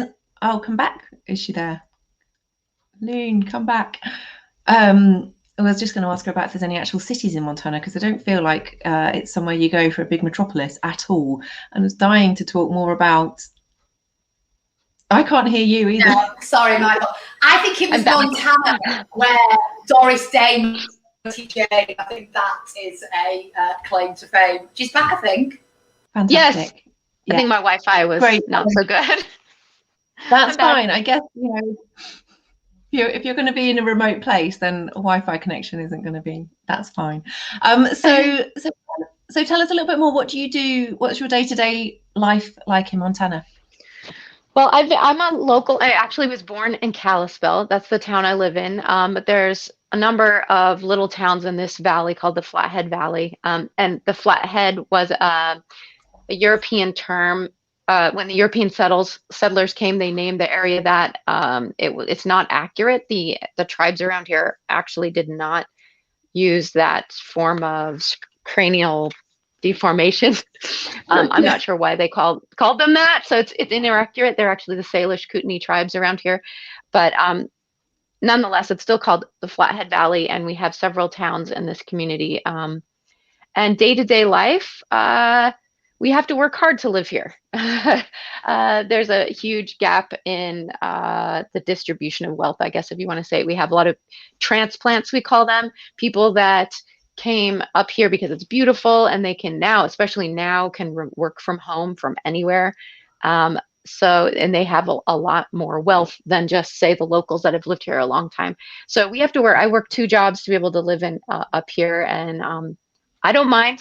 I love it up here. The price you pay to live up here is just to work hard, but I can literally go out my back door and point in any direction and find an adventure. So that's. Yeah, that's hard though, isn't it? That, I mean, on the one hand, it's great that people can work anywhere, but equally, it's not quite so fair, is it? Yeah, and there's the spirit of the locals here. They love. They don't want amusement parks or malls. They want to keep it like it's been for a very long time. So pristine, wild, free, all that. So that spirit is very much alive here, and it's worth a visit. Yeah, definitely. So if we are visiting, which we will be, where's the first place to go? Where's must visit? Okay, well, if you're coming up to the Flathead Valley, you should probably check out Glacier National Park for sure. And now, because we have millions of people coming up just for Glacier National Park every season, they had to just this year come up with a new system. So there's ticketing, so you have to plan ahead. So you have to buy. Yeah, we didn't have that before. So things are changing because we're getting discovered up here. So Glacier National Park, it's incredible. And then Whitefish Mountain Resort is open all year round.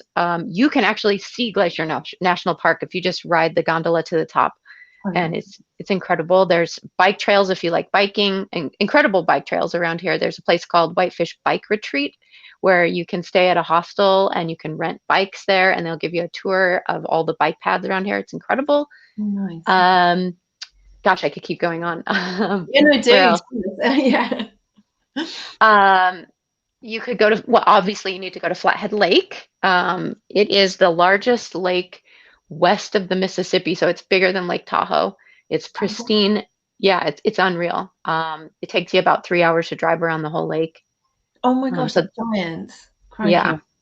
Okay. And I recommend, and Whitefish Lake is right underneath Whitefish Mountain Resort and Whitefish Mountain.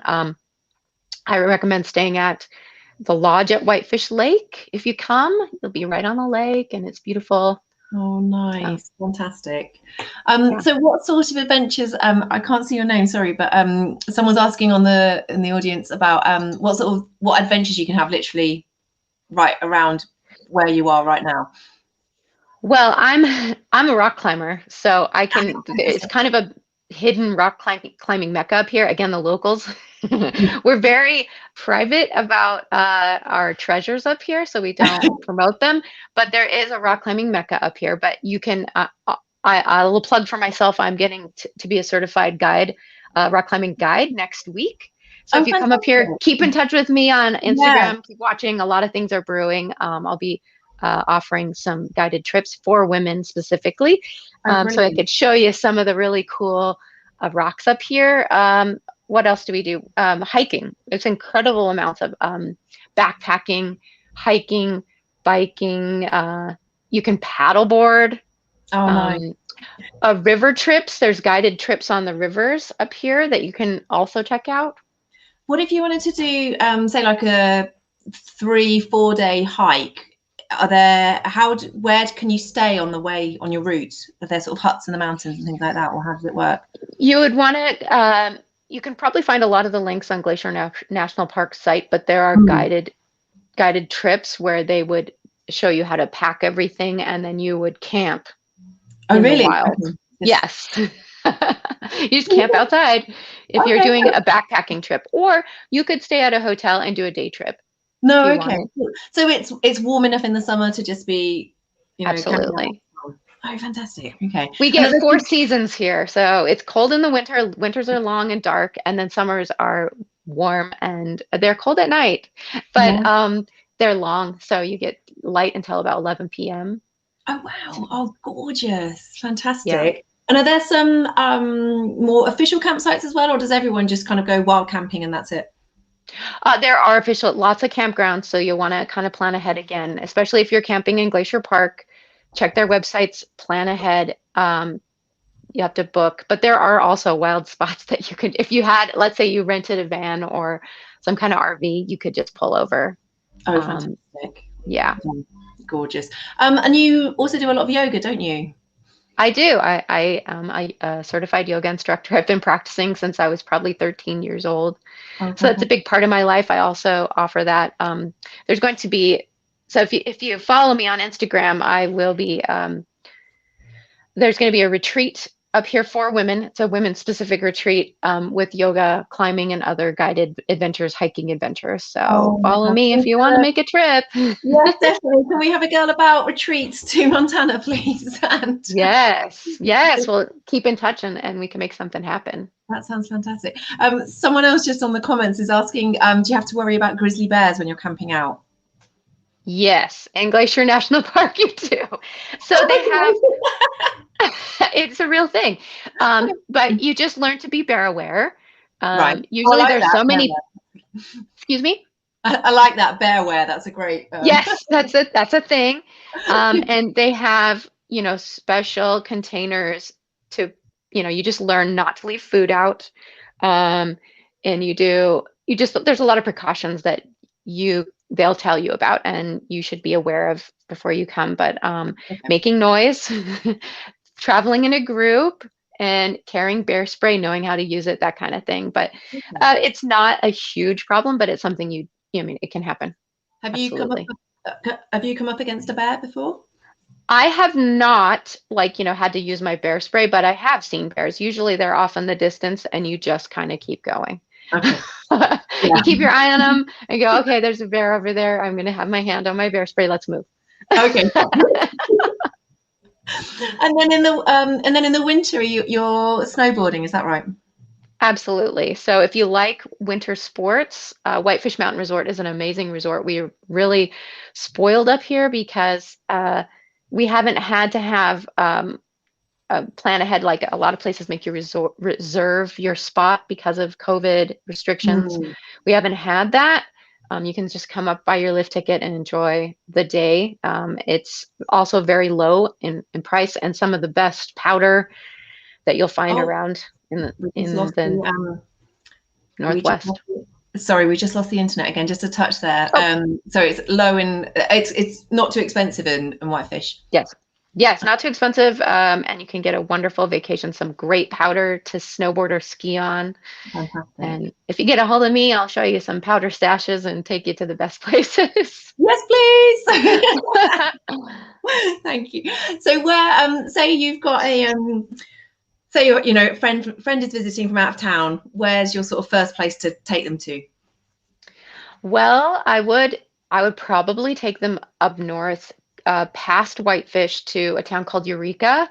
It's kind of like what Whitefish was 30 years ago. It's undiscovered, lots of recreation, camping, hiking, fishing, biking, whatever you name it, and rock climbing. And it's just wild and undiscovered. And that's where a lot of the locals are going because we are getting discovered up here in Whitefish.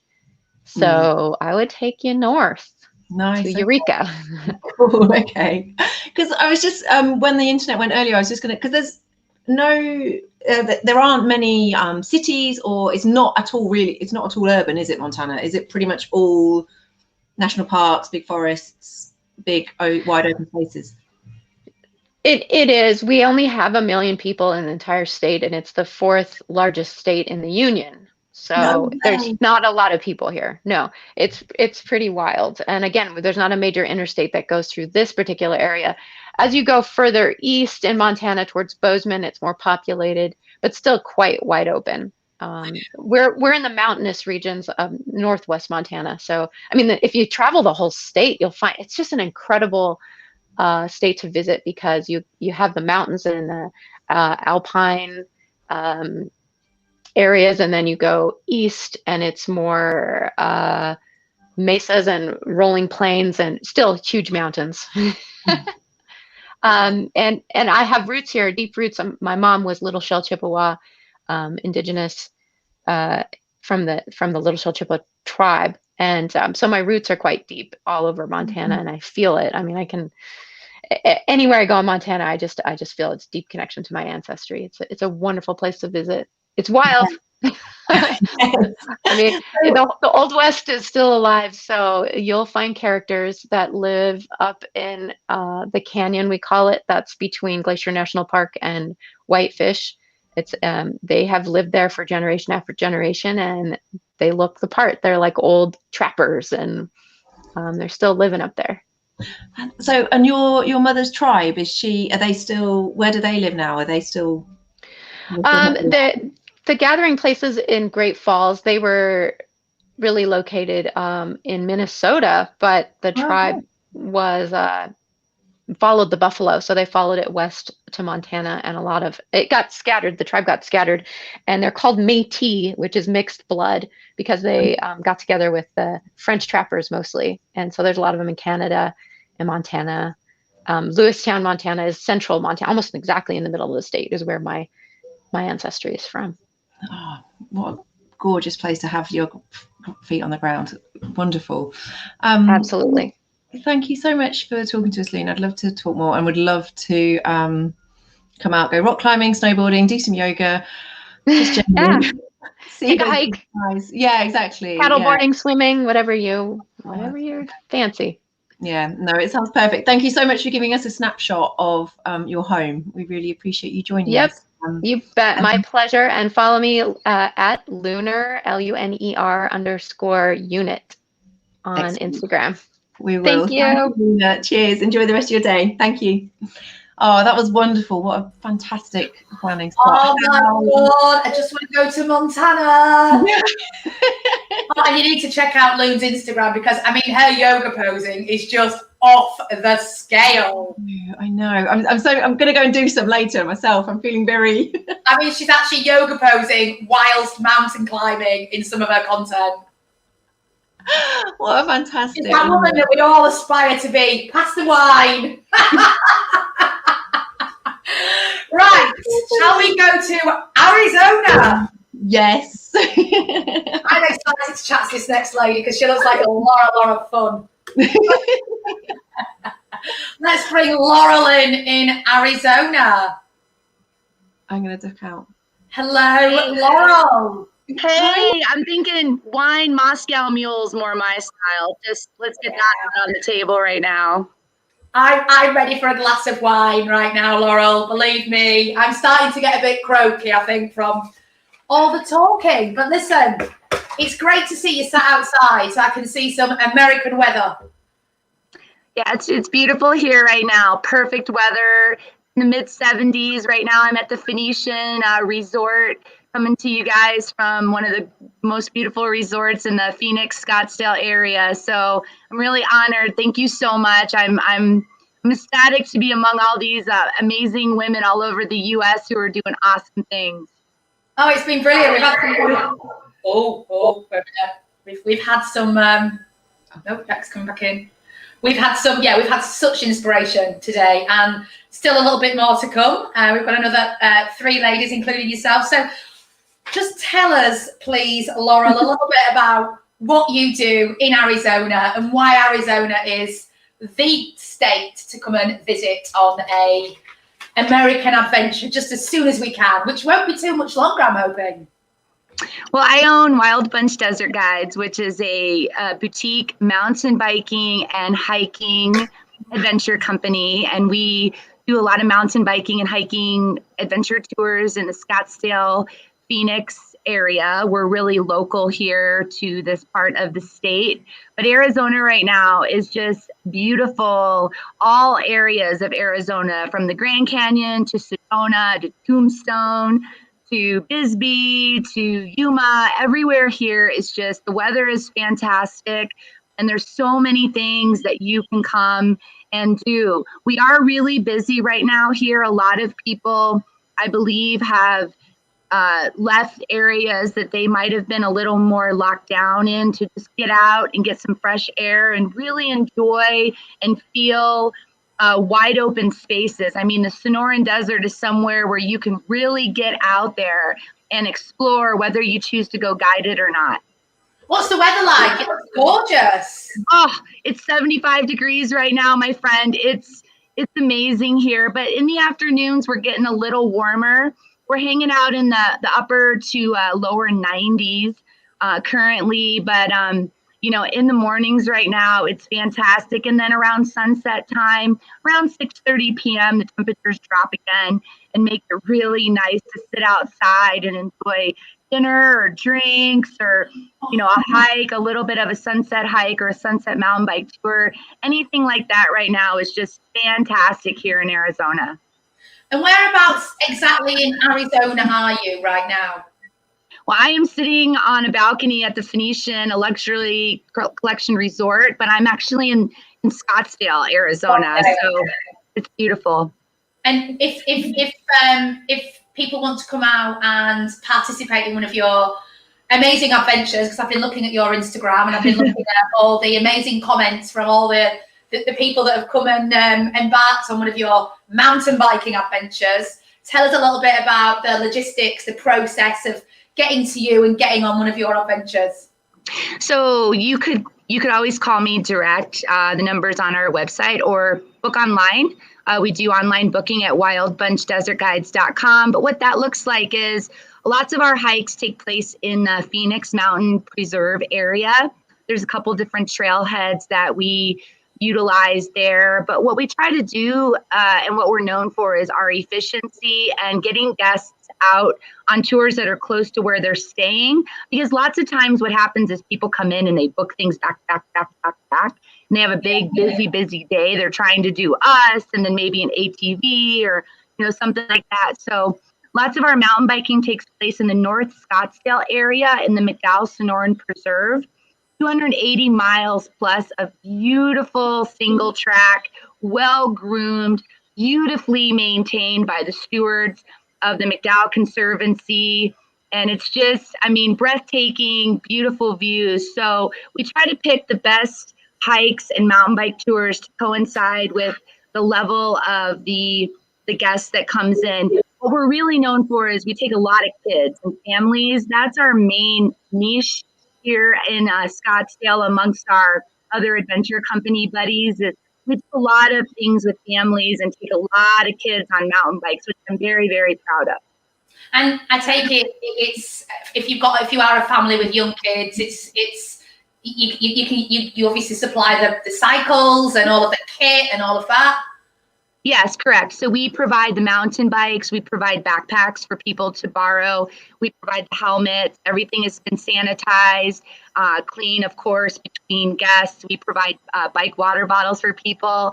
We have snacks, and our snacks, of course, can cover if you're gluten-free or a celiac, or if you have a food allergy. We have snacks that are dairy-free, soy-free, gluten-free, made by Scratch Labs out of Boulder, Colorado. So we pretty much just have to show up with some closed-toed shoes, some really loose-fitting athletic apparel, a hat and sunglasses, sunscreen for sure. Don't forget that. We do have that too, and we're ready to take you out. You just have to show up ready to have an adventure here. I've driven through through that part of the US when I from Las Vegas to LA, and it was bloody hot. Really super duper hot. If you're going out to Arizona in August, is it?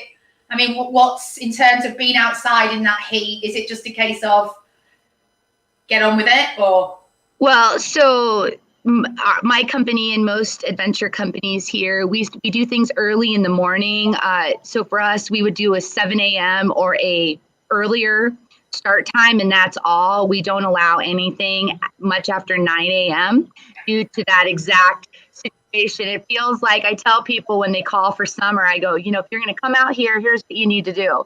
Go stand in your bathroom, turn your hair dryer on high, and let it slap you in the face for about 15 minutes, because that's what it's going to feel like when you get off that plane here in the Phoenix area in the summertime. So lots of tour companies, of course, we do things earlier in the morning. And that's when, van tours like Detours American West, or, tours where you can get in the air conditioning van to go see the Grand Canyon. That's when those are real popular for people.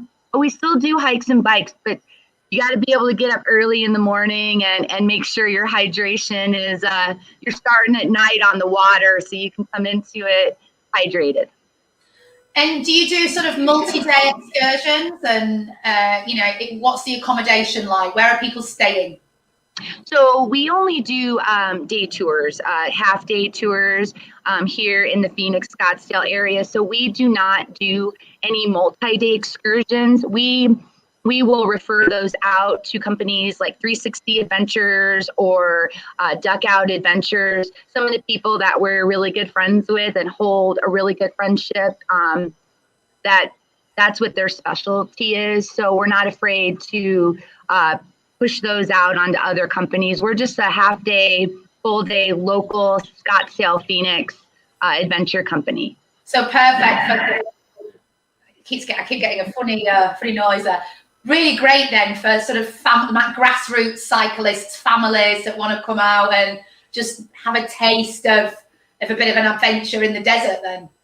Correct. So we can put you out there and you can really be really close to a saguaro cactus, which of course is iconic here, the big, green cactus that you see with all the arms that have their own little personality. We get people really up close to those for some amazing photos.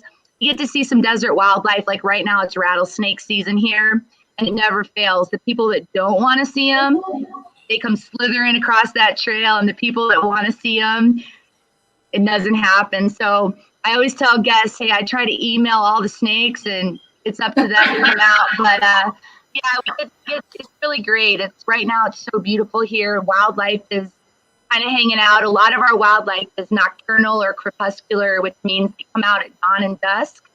So Sunset Mountain Bike Tours have proven to get a couple Gila monsters out on the trail, and we've seen some rattlesnakes recently. So it's been really good. And I take it do you collect? You can arrange all the sort of transfers. You can collect people from their hotels and.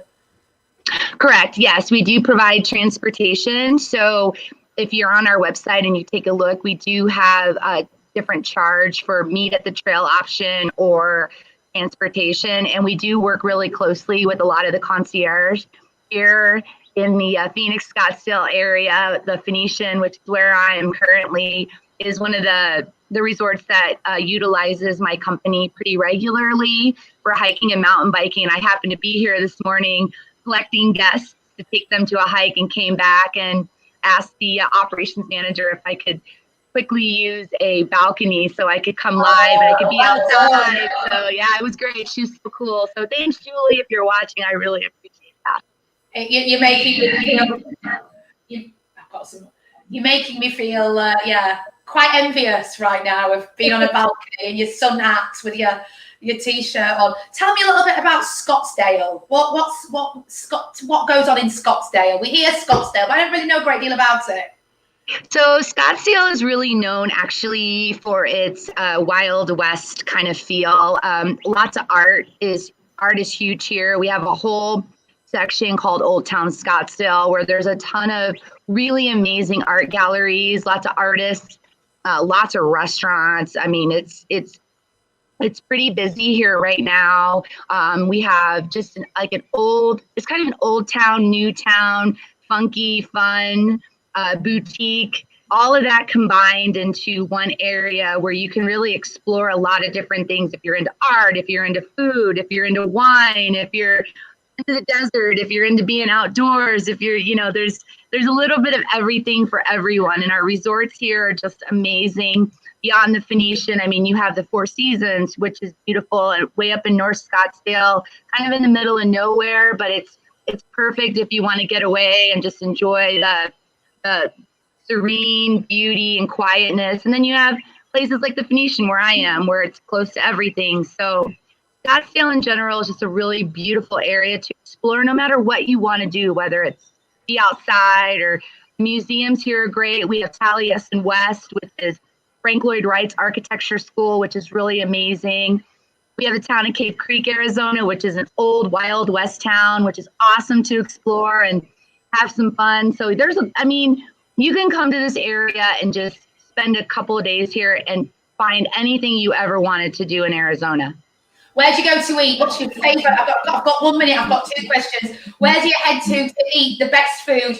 And if, like a lot of our members, somebody wants some accommodation that might not necessarily be the Four Seasons, but might be a bit more quirky or a bit more authentic, where do you recommend? Oh, I would definitely say the Hotel Valley Ho, downtown Old Town Scottsdale would be my go-to on that. And I am a sushi fan.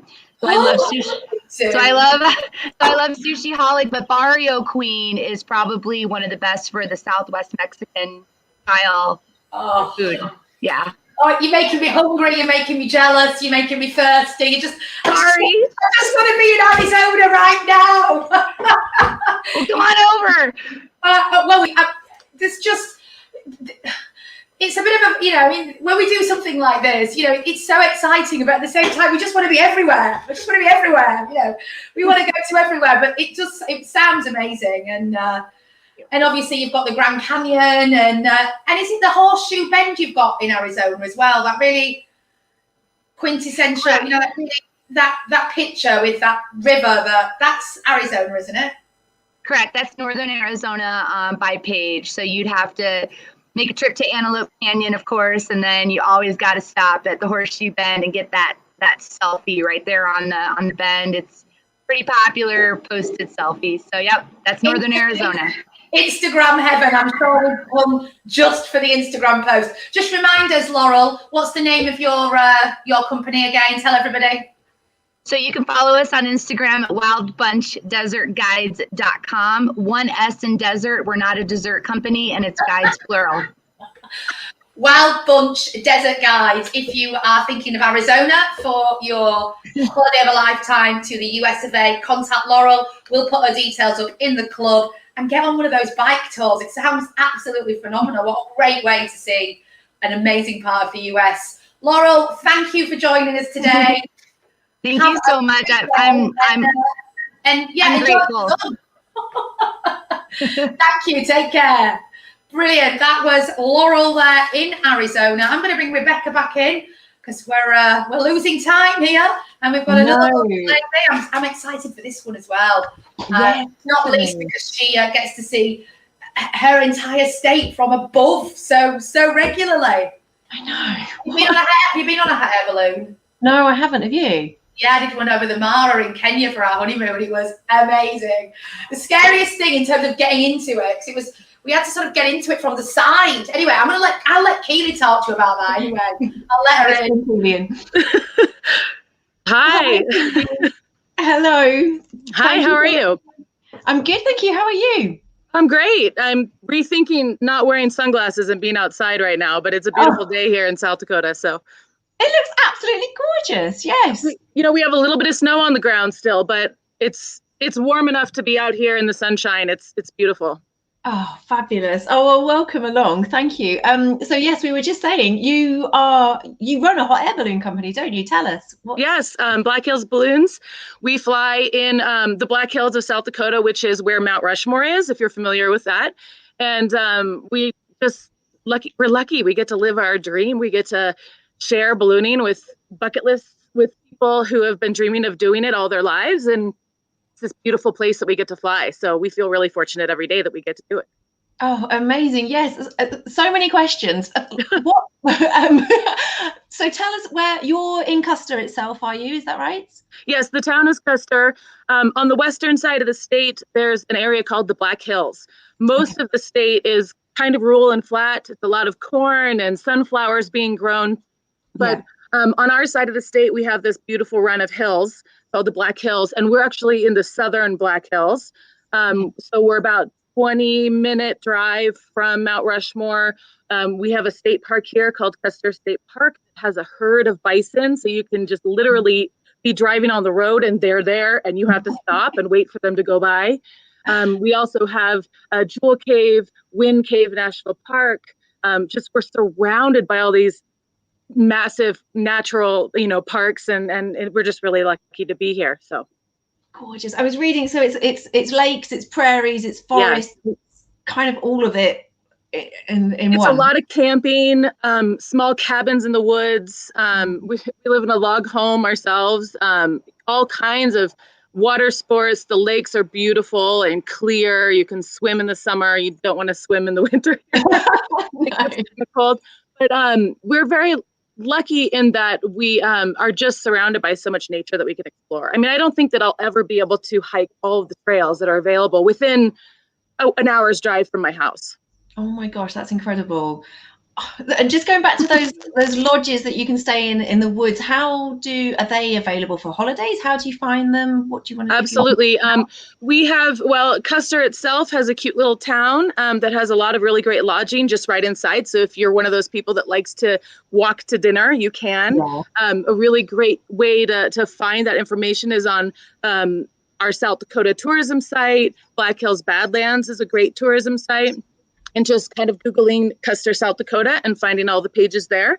Yeah. But also Custer State Park has some beautiful lodging, and, that would be a little bit of a drive. It's a few miles into town. But if you want to be in Custer State Park and cook all of your own meals and just kind of stay away from the crowds, you can do that too. Yeah, that's really nice. There's a really great place just north of us called Under Canvas. And there are these beautiful teepee lodgings that have beds and bathrooms inside, so you're kind of roughing it, but you're not. It's more like glamping. And so there's all kinds of different types of places that you can stay and enjoy your visit.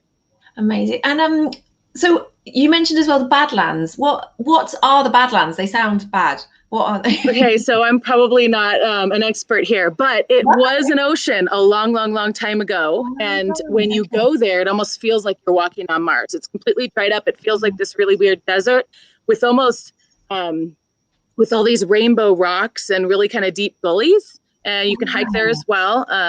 Find weird old fossils that you wouldn't expect. My husband was hiking there about a month ago, and they found a fossilized sea turtle there. So it really was an ocean a long, long time ago. There's also rattlesnakes there. I heard the last interview. So I tend not to hike there in the summer, but actually it's so warm in the summer too. But it is such a beautiful place, and it's a short drive. Oh, amazing. So going back to the balloons, so you've been running your own hot air balloon company now for a few years. How did you get into that? Where? It's so funny. It's like ballooning finds you, you know? Okay. So I actually was fortunate enough to be raised in a hot air balloon family. My mom started flying when I was 7, and I just fell into it. It was just something that I did. I was licensed pretty young. I think she was teaching me how to fly before she taught me how to drive a car. So that was kind of a fun time in my life. But, I had a marketing job in Orlando, and I loved it. But I would only fly on the weekends. And I ended up meeting my husband, my now husband, and he was flying for a living. And we just started talking and said, why are we living here in Orlando? You know, let's go somewhere else. Let's do something different. So we ended up here. Amazing. So was he from South Dakota originally as well? He's Irish, actually, born and raised. Oh, cool. Okay. And he moved to the States in about 99, 2000. And he actually rented a room from a hot air balloon pilot. And that's exactly how it found him. So amazing. Now it's our life. Yeah. How do you learn to fly a hot air balloon?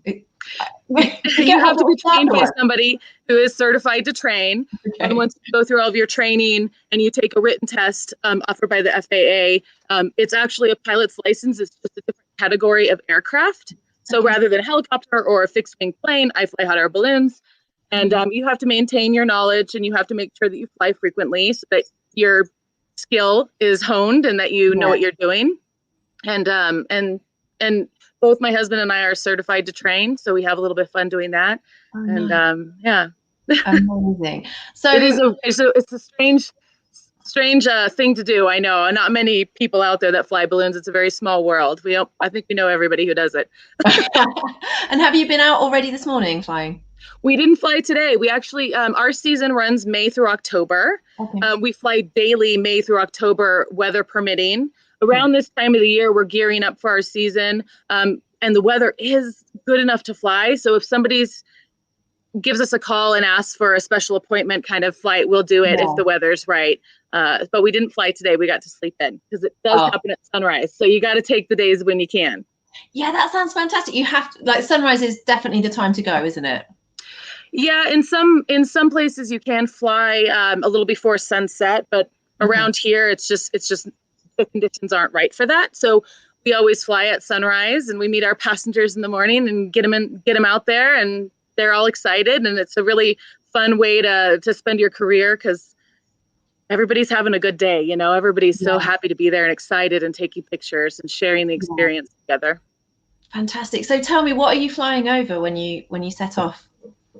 So we basically we have just forested area, the Black Hills National Forest, and so it's giant ponderosa pine trees, some aspens, a lot of really interesting granite outcroppings. It's a really popular place to rock climb here.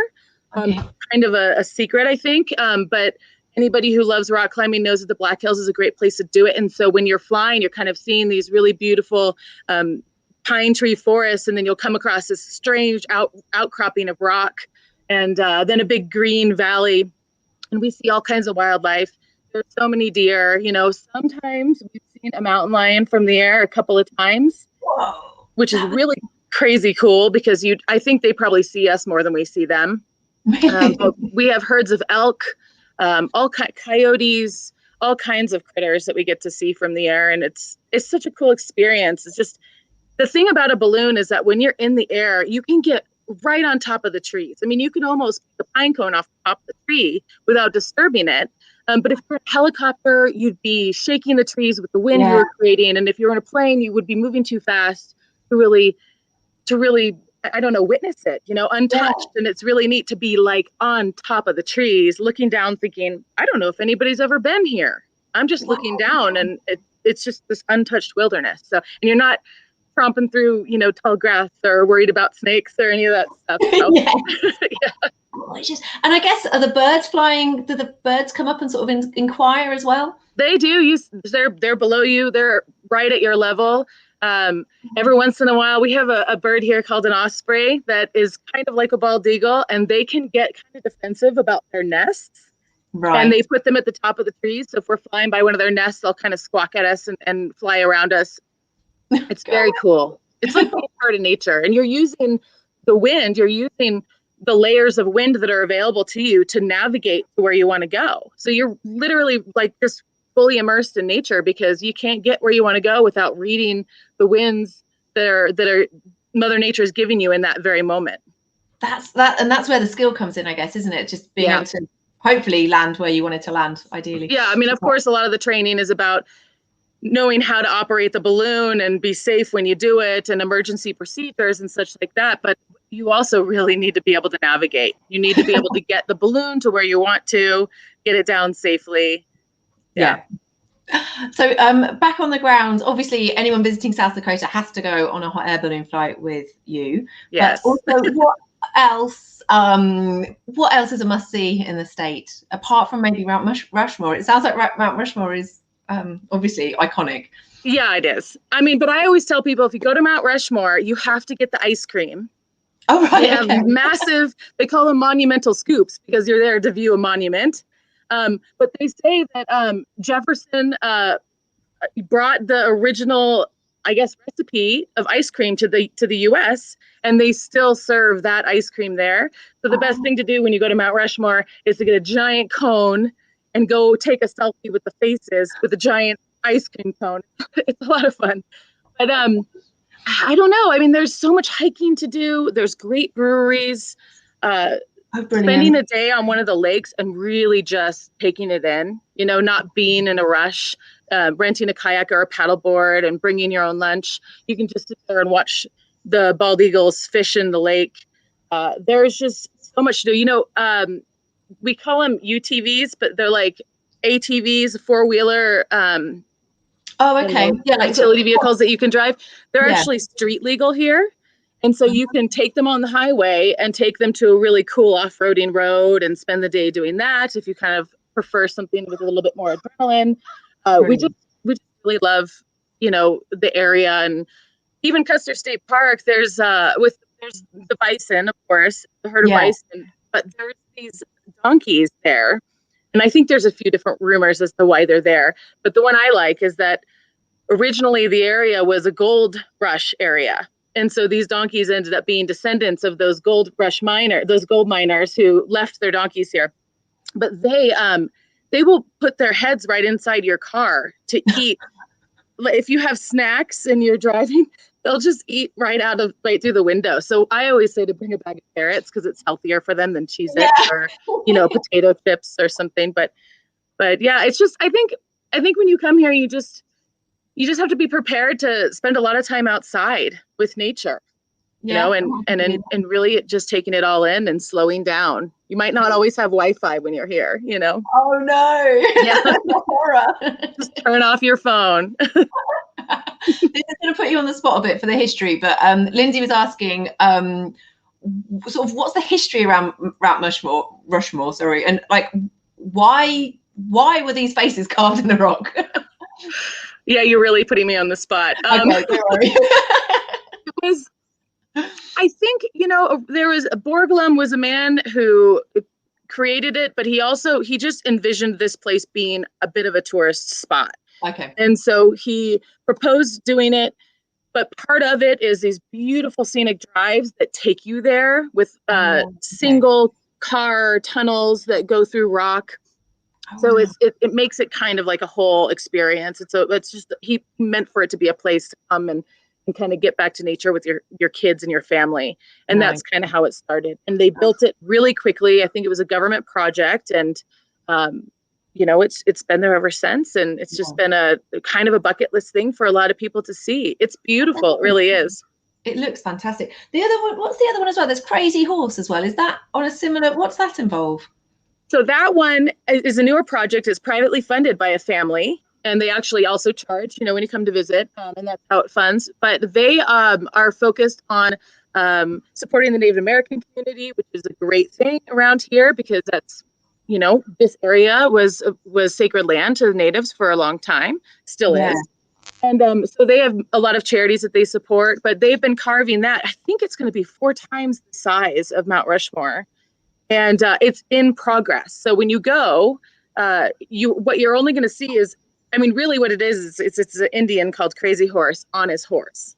Amazing. And what you'll see is his face is done. So all the detail on his face is done. And they're starting on his body, his torso, and the horse. It's pretty cool. Wow, it's going to be huge. Amazing. Keely, I'm sorry, we're out of time. We have got one last guest to join us this afternoon for us.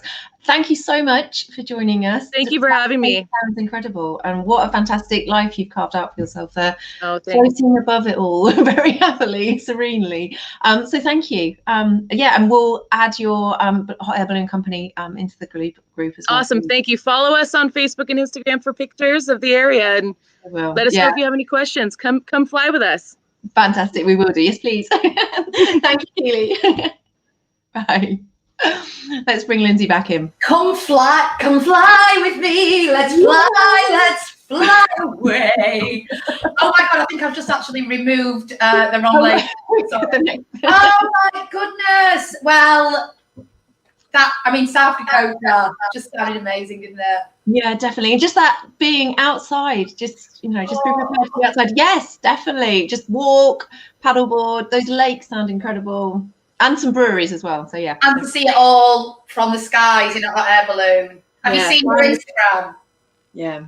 Her Instagram is just absolutely incredible. It really is. The picture of the balloons are just, the scenery is something else. Right. I think we're going over to you're going to Dallas. To Dallas. I want to do my Sue Ellen impression right now.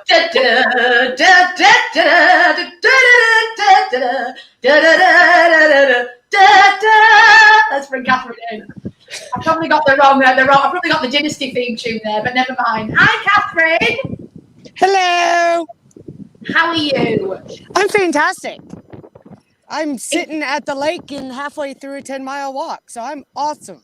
You are all certainly over on the west coast of the USA, making us very green with envy right now, with all his short t-shirts and blue sky. Well, but it's really hard to top coming after somebody that does hot air ballooning. That's like kind of hard to beat your last person. I don't know, you're a chocolatier. It's our second best thing after hot air ballooning. Tell us.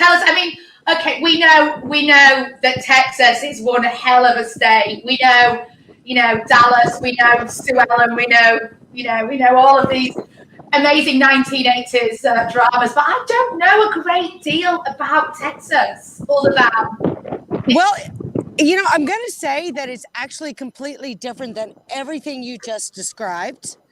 It is a big state. You've never seen anybody probably more proud of where they're from. I say maybe the only other place would be possibly New Orleans, as far as like just an innate pride of where you're from. But within that, you'll have the UT versus Texas A&M, the Dallas versus Houston, Austin versus everybody, so each section thinks that they're the best, which I don't think is unusual. I think that's something, don't you have like Liverpool and London? Oh, we get that. We have East London. We have North River, North versus South of the river, competitiveness. You totally get that, yeah. I actually lived and worked in London, but it was a really long time ago. It was my first job out of culinary school. So I was actually there for 3 years. So, but I lived in the mad streets of Southwest 16. So, you Oh, know, we won't bring Rebecca in, she's east, but I was north, and there was such a huge amount of competition between the north and the south. But listen, I'm more interested in okay. talking to you about, so my, you know, like, forgive me for my heathenness, but Texas, I sort of conjure up cowboys' hats and men tucking into big steaks. Okay, so steaks is huge. Steaks is a really big deal. I don't think I can eat one anywhere else, to be perfectly honest. And I love a steak. You know, and we're brilliant at it. We're also really brilliant at burgers. I mean, we're just steaks, burgers, fried chicken that'll bring tears to your eyes. You know, you still have the country boys. You still will have the pressed, you know, Wrangler jeans, Roper boots, cowboy hats, but that's really not within cities proper as much. You'll get a little bit of it in Fort Worth, which has maintained a great deal of its original soul with it attached to the cowboy rhetoric and aesthetic. And then, you know, you've got Marfa, which I don't know if you heard about that, but that's kind of my favorite place on earth, is driving, you know, out to West Texas and seeing the big country skies and the desert. You know, we can kind of go all over the place. We can go from hills, just beautiful country hills, to this amazing desert, you know, going from Marfa to Terlingua. And you'll see paintings of the Texas sunset. And it's really hard to describe unless you see it. It's epic. It really is. Yeah, I think it's just, you know, I think, what was it? I think A River Run Through It was the movie, which had nothing to do with Texas, but it's what we feel it looks like. That's the Brad Pitt film, isn't it? I mean, that is an incredible. Oh, no, I'm thinking of Legends of the Fall. Legend, yeah. I mean, it's just all of that stuff it's big, wide open, beautiful skylines that you don't get anywhere else. You'll get a little bit of it in Montana, you know, but none of it's the same. It really isn't. I think we as Brits just assume that that's like some film set. I think it's difficult to grasp that it's actually real. It is, you know, I mean, I'm next weekend, I'm driving from Austin to Marfa, you know, and I have all my food stops along the way. Every road trip is attached to where I'm going to get food. It's really hence the reason why I'm on a giant walk, because I would be the size of a house. But it's just, oh God, I don't even know how to describe it. It's just epic. Well, tell us a bit about this road trip you're taking, because I mean, I think we need about 4 hours with you to really get under the skin of Texas. But tell us a bit about some of the places you're going to be visiting on this little road trip, and you know, why you're visiting them. Well, it's actually, we're moving somebody from Austin to Marfa. So there's going to be a 4-car caravan. And what's the distance from Austin to Marfa? 40 days and 40 nights. No, it's about, oh God, it's like 500 miles, I think. It's 400-500 miles.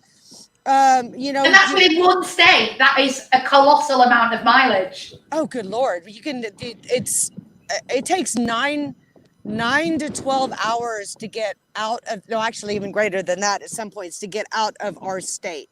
So think about Texas this. Is actually bigger than England, is it? Well, bigger than the British Isles. Yes. So think about this. So I'm doing a short little trip that's 3.5 hours to Austin. Okay. Then Austin, that's Dallas to Austin. Then Austin to Houston would be another 1.5 hours. Okay. San Marcos, another 1.5 hours. And then we've got another 4 to 5 to hit the coast. Okay. And I'm not in the top of the state. I'm a little bit down. So if that gets you kind of a perspective, it's giant. I mean, it's just absolutely huge. And so people, I think that's the thing that you forget. And then along the way, you know, we have all these amazing, you know, if you go to East Texas, if you go to some of that, then you're going to have the Czech influence in food, where kolaches and klobásniks come from. You know, and then we'll have, of course, the Hispanic influence. Then you get up further and we'll have the New Mexico influence. So, I mean, even within the state, you've got all these. You have to remember, I'm a chef, so everything is. Yeah, no, we love food. We travel for food. We love it. They keep going. Yeah, I mean, it really is, you know. And then I have two really good friends that, you know, one picks the top 50 barbecue for the state.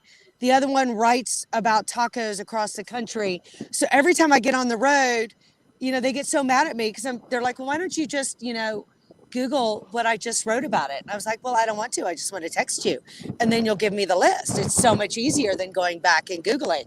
And then I'll just start on my merry way on the trip, you know? So it's, yeah, everything revolves around that. Is where I can ride my bike, hike, or eat food. I mean, all of it. And so I think you can do some amazing stuff. You can see some amazing things. Like, let's just talk about where I'm at right now. Okay. So I'm at White Rock Lake, which unfortunately is not a lake you can swim in. We have this spectacular lake, but Dallas isn't as green as it should be as far as protecting things. We haven't been good at that over the years, but it's amazing hike and bike trail.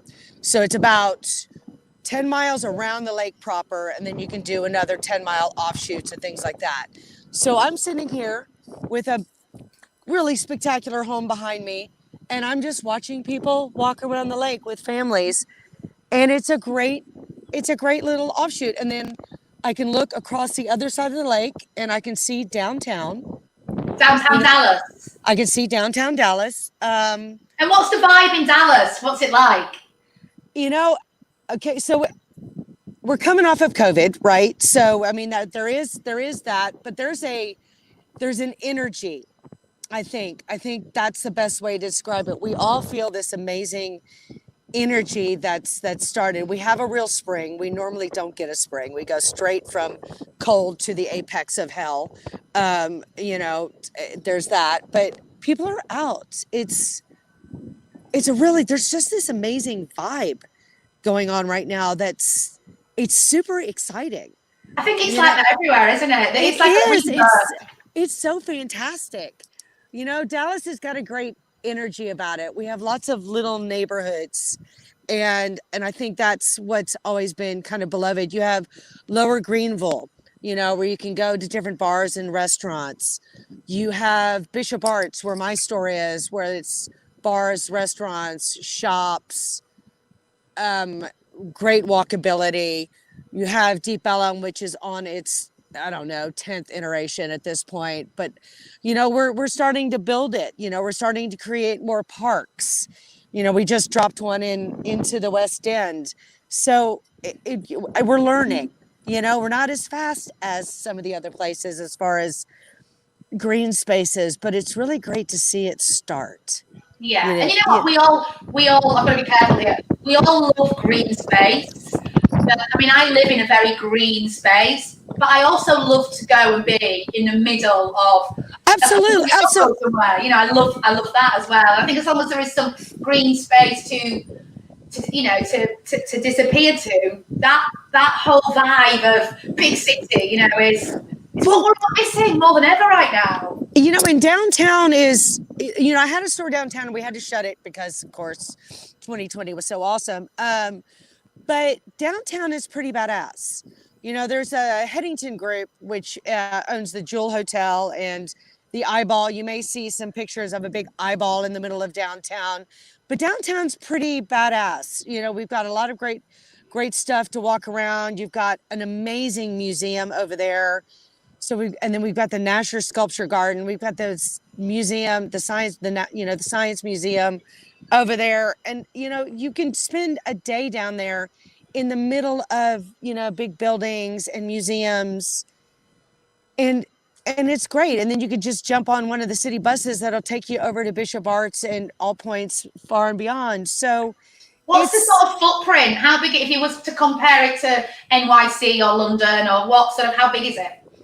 Okay, so, well, NYC is so small, which you kind of forget about that. I would say Soho. Okay, I'd say downtown's about the size, maybe 3 times as big as Soho. Let's say that. Soho, New York, or Soho, London? Soho, New York, not Soho, London. So, but it's also been years since I've been to Soho, London, so I don't even know anymore. I'm itching to go back to London so badly, but that's a whole other separate subject. But what else? But I think Dallas is, the thing is that even when you visit Dallas, I think people forget to visit Fort Worth as well. I think that's a huge missed opportunity. Fort Worth, once again, has its own museums. The Fort Worth Zoo is amazing. It has a really vibrant downtown. You've got a great music hall down there. I think if you come to Dallas, you miss out by not going to Fort Worth as well. I think it's 25 miles. It's a 30-minute drive, and it's polar opposite, but it's amazing. Yeah, it's absolutely amazing. What if you want to do like you are our last chat, so I'm not gonna, if we go over another 5 minutes, it's fine, because I'm really enjoying this conversation. What about if you want to do like a city and ranch holiday, for example? So you're in Dallas, and then where would you go to do something like that? To get out? I couldn't understand what you said. So if you're wanting to do, if somebody's coming and to Texas and wants to do sort of a twin center, like stay in Dallas and then go off and stay on a ranch, or go somewhere that's a bit more open. Oh, you know what I would totally do is I would stay in Dallas, and then I would absolutely stay in either the Jewel or the Adolphus, which are you have a very modern or very historic, right? And then I would jump down to Deep Ellum for brunch, to Elm and Good. Then I'd wander around Deep Ellum for a little while. Then I'd come back, and I maybe would take the TRE, which is a train, which is kind of cool to, you walk over from downtown to the Union Station, and you could take a train to Fort Worth, which is really cool. And then I would jump off of that. I'd go to I'd go do the train around the zoo, and I would go to the Fort Worth Stockyards, because then at that point you're getting a real Texas experience, because it is actually at the Stockyards proper. So you can go wander around there. You've got the Texas Women's Museum down there, and then you can go do the Stockyards. Then from there, I would go maybe have dinner at Grace, which is an amazing restaurant in Fort Worth. And then I would come back, and then the next day I would spend the whole day in Oak Cliff. I would just rent a car and drive around Oak Cliff. I would definitely have burgers at, where is that? What's the name of that? I can't believe I just totally spaced on the name. I'll come back to it. But I would have lunch I'd have breakfast at El Jordan, which is total Tex-Mex in Oak Cliff, because you've got to have a Tex-Mex meal. So you gotta like, if you do like the breakfast, you do huevos rancheros with rice and beans and ranchero sauce, right? What's not to love about that? Right on. You could do breakfast 1,000 different ways from Sunday, but you should have a Tex-Mex breakfast. I've just got some steak out of my freezer for tea, and I don't think it's going to be anywhere near as great as it needs to be after chatting to you, Catherine. And then you do that, and then I would say you have to have a steak at Papa's Brothers or Knife Steakhouse. Those are the two. It's amazing. I hadn't been to like a steakhouse in a long time, right? It's been at least a year and a half. Let's just do it that way. And I went, and it was like, and we got it, and I was like, oh, holy shit. I totally forgot what a real steak tastes like. And I'm a really good cook, but I didn't stand a fucking chance against this thing. I mean, it was just spectacular. So you have to have, and I would say doing Knife Steakhouse or Papa's Brothers. And those are absolute, those are musts, I mean, if you're going to do it, those are the things, Oh, what is the name of that damn burger joint? Well, the other burger joint is Maple and Motor. So there's two burger joints that I always go to. So you'll be totally satisfied with that. And then if we're open again, hopefully we'll be able to do our symphony hall is really pretty spectacular. Our arts district is really pretty amazing. If the galleries are back open, doing the design district is is a great walk. I mean, you've probably got 75 different galleries over there, and they do gallery nights. And by that time, it should be back. Everybody's opening up their doors. So, checking out what the Bass Hall in Fort Worth would be doing, or what our arts district would be doing. If you're in Fort Worth and you can do something at the Bass Hall, it's worth it. Amazing. It really is, because the Bass family were the ones that actually redid downtown Fort Worth, and they did it right. They really did. I mean, you can eat well, you can have amazing arts here, amazing food, and great shopping. I mean, come on. It's like food, art, shopping, walking around. Chocolate. Oh, yeah. And you could buy chocolate. I'm terrible at self-promotion. No, we love that. It's great. No, it's great. It's great that you've shown such a passion for not just, well, not really chocolate, but for all of the culinary highlights. And that's a major draw, isn't it, to any destination? I can't hot air balloon, though. I can't hot air balloon. But you can't compare. It's like comparing apples and pears, isn't it? We've just been hot air ballooning across, was it South Dakota? But then we've just been and done a massive foodie tour around Dallas. That is brilliant. So there you go. Brilliant. Catherine, I could speak to you all day, but I need a glass of wine and I'm starving. I need to go get some steak. Well, it's like, what is it like? Is it 7:30 there for you? No, it's not that. It's 6 o'clock in the evening. Yeah. Oh, okay. All right. Yeah. But we've been at it all day. Let me bring Rebecca back in so we can she can say hi before we say bye. Catherine, I think we need to get you back. I'm having this sort of. I feel like we need to do this again, Rebecca. But I feel like we need to do it with like chefs and foodies from across America, and just do this big foodathon. You want Daniel Vaughn? There's 2 people that you want more than me. There's 2. So reach out when you want to do it, because I've got the 2 guys. That'd be amazing. The 2 guys that will slay it. Yeah, I could just talk food all day. Absolutely. And then what we want to be doing as well is getting everybody lots of fair warning so that they can be preparing these things along the same time as us, so that we've got a feast for the day, because it's just a nightmare talking about food. You actually need to be eating it as well. I know. I was just saying to Catherine that I've got a couple of steaks from Morrison's, a couple of cheap £3 sirloins, and they're just not going to cut it, are they? Oh, she's gone. Okay, brilliant. Right. Oh, that was awesome. Oh, well, we're done. We are done. 10 women. I tell you what, I'll give it to the Americans. They're on bloody time, aren't they? Yes. That timing was immaculate. Thank you so much, ladies, if any of you are still watching, because, that was, you have all been so punctual, so effective. Thank you, because, God, it could have gone completely wrong. So, yeah. Thank you so much, thinking that it was just all going to go tits up based on my timekeeping. and my issue with the time zones, I was getting so confused. Oh my God, such inspiration. Where do you want to, out of all 10 places, where are you going first? Montana, I think, but closely followed by Boston and South Dakota and Arizona and California. And Texas. And Texas, yeah.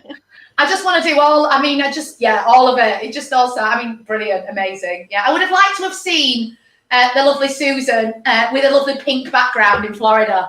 But that's fine. It's fine. If you go onto Susan's, if you go onto the website for Celebration Town, there's plenty of pink going on. But apart from that was just awesome. Awesome. Guys, where do you all want to go? Tell us. South Dakota, Moscow Mule at 10 a.m. local. Yeah, well, everybody's had a great time anyway. Everybody's loved it. It's just been awesome. If you've not listened, if you're tuning in and you are on replay, then, leave comments. We're going to actually remove it anyway from the Facebook group. This is prime content. If you want to watch it on replay, you've got to go watch it in the travel club, basically. That's what we do. Split it up into chapters, won't we, so that you can dip in on the particular states that you're most interested in. Yeah, I think we should chop it up. I might chop it all up into 10 sections and we can put it in the travel club. And then people can go and watch at their leisure. I'm on the wine anyway now. Oh, yeah. Wine's time, 6 o'clock. Rebecca, brilliant. Now, I'd just like to say a massive thank you to Rebecca that literally did diary manage that whole thing immaculately, perfectly. That was, I will never ever be doing any scheduling again. That's your job. Oh, no. I'm gonna let you go, my sweet. The website, I'll find some women to chat to. Oh, thank you. Thank you all for joining us. We hope you've had a brilliant, brilliant, brilliant afternoon touring around the States with us. And this just is the beginning of 3 months of USA inspiration, information, expert advice, lives. I think we're gonna do a playlist, aren't we? And then we might have some cookery lessons. We're gonna have all sorts going on over the next 3 months. So make sure you are joined up to the Travel Club. It is free for a limited time only. It won't be long before we whack the price back on. So I would get in there while you can. Rebecca, thank you. Thank you. Well, enjoy your evening. Guys. Take care. Goodbye. Bye.